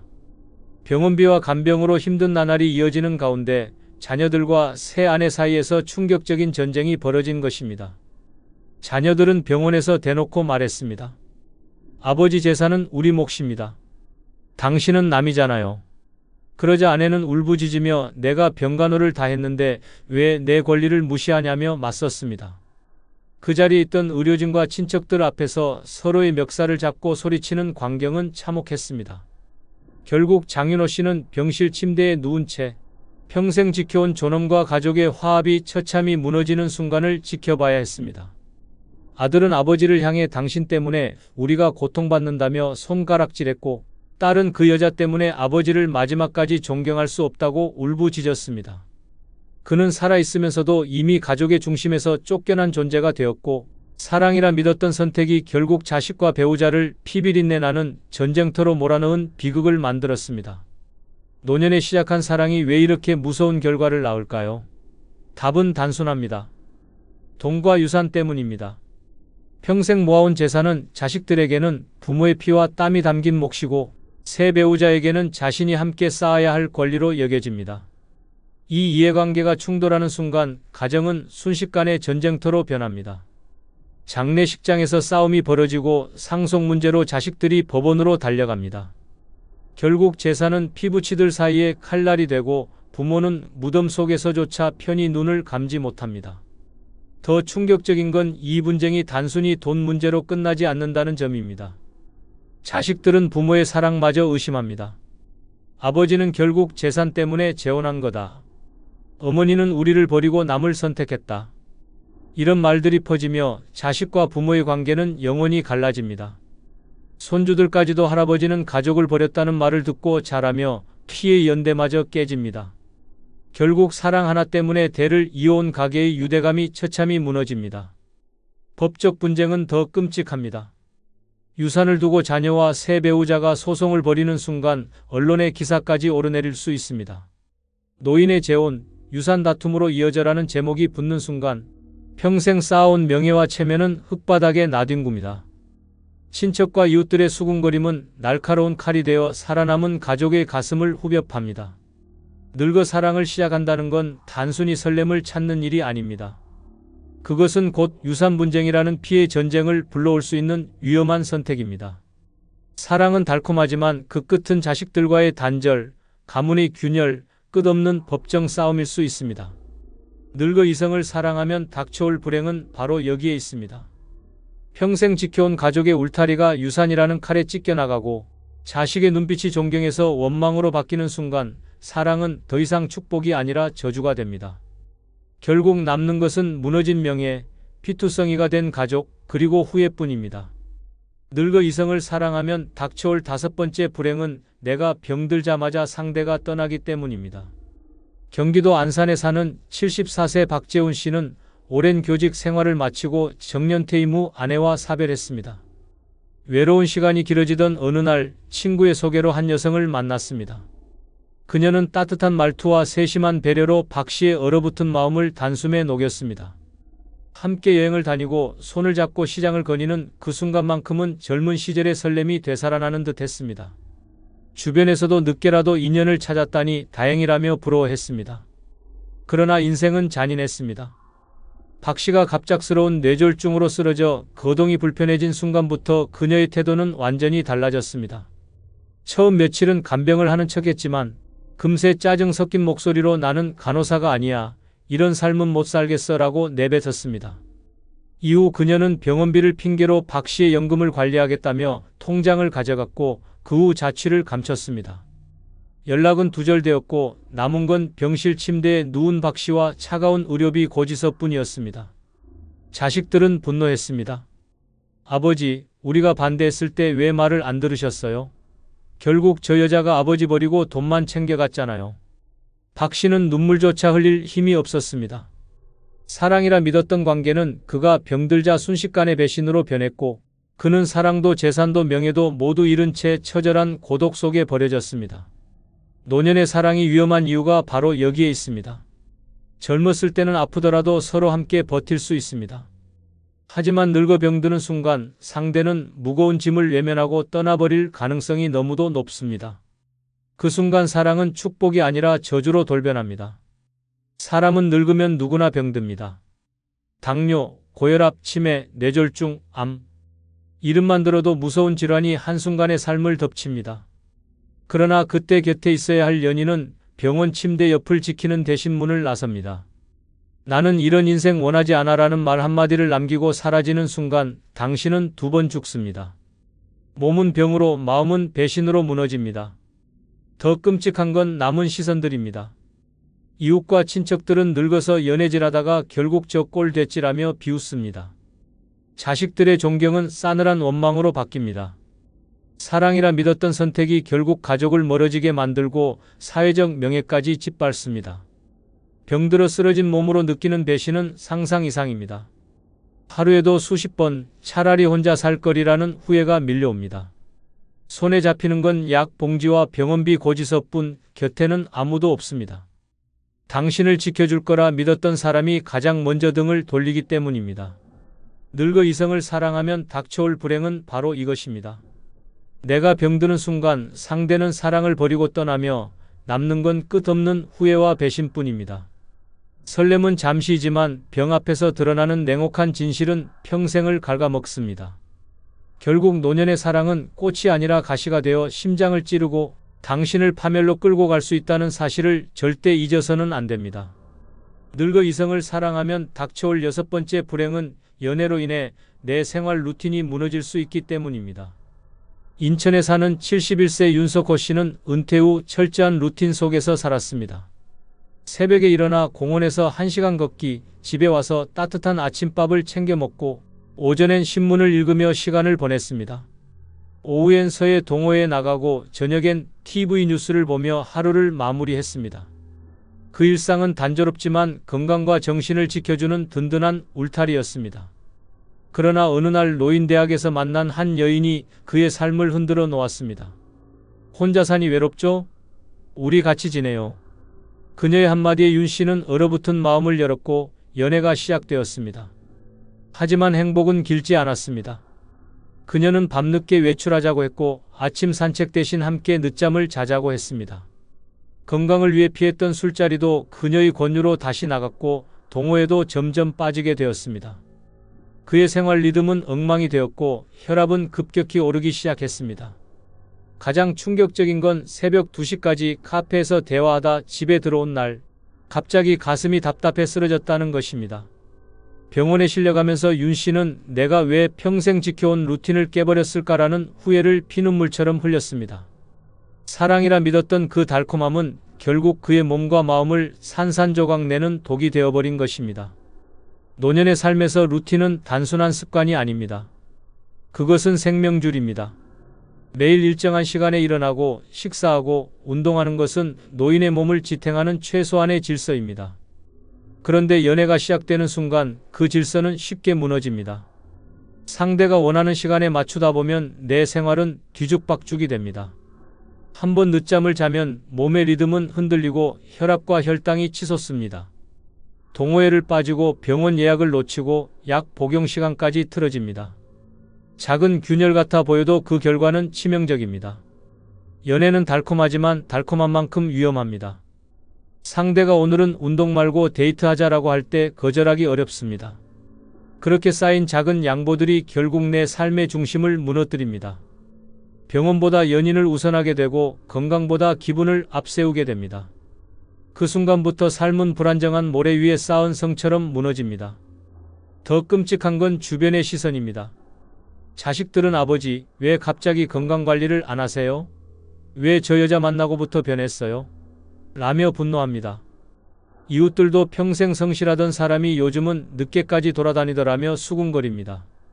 존경받던 이름은 단숨에 노년의 눈먼 사람이라는 오명으로 바뀌고 맙니다. 명예도 잃고 건강도 잃고 결국 홀로 쓰러져 병원 침대에 누운 자신을 발견하게 됩니다. 늙어 이성을 사랑하면 닥쳐올 불행은 바로 여기에 있습니다. 평생 지켜온 루틴이 산산조각 나면서 몸은 병들고 마음은 허물어집니다. 사랑의 달콤함은 잠시지만 무너진 일상은 회복이 어렵습니다. 결국 연애로 인해 내 삶은 더 이상 내 것이 아니게 되고 평생 지켜온 건강과 질서가 한순간에 무너져 내리는 참혹한 현실을 맞이하게 됩니다. 영상이 끝나면 여러분의 경험이나 생각을 댓글로 남겨주세요.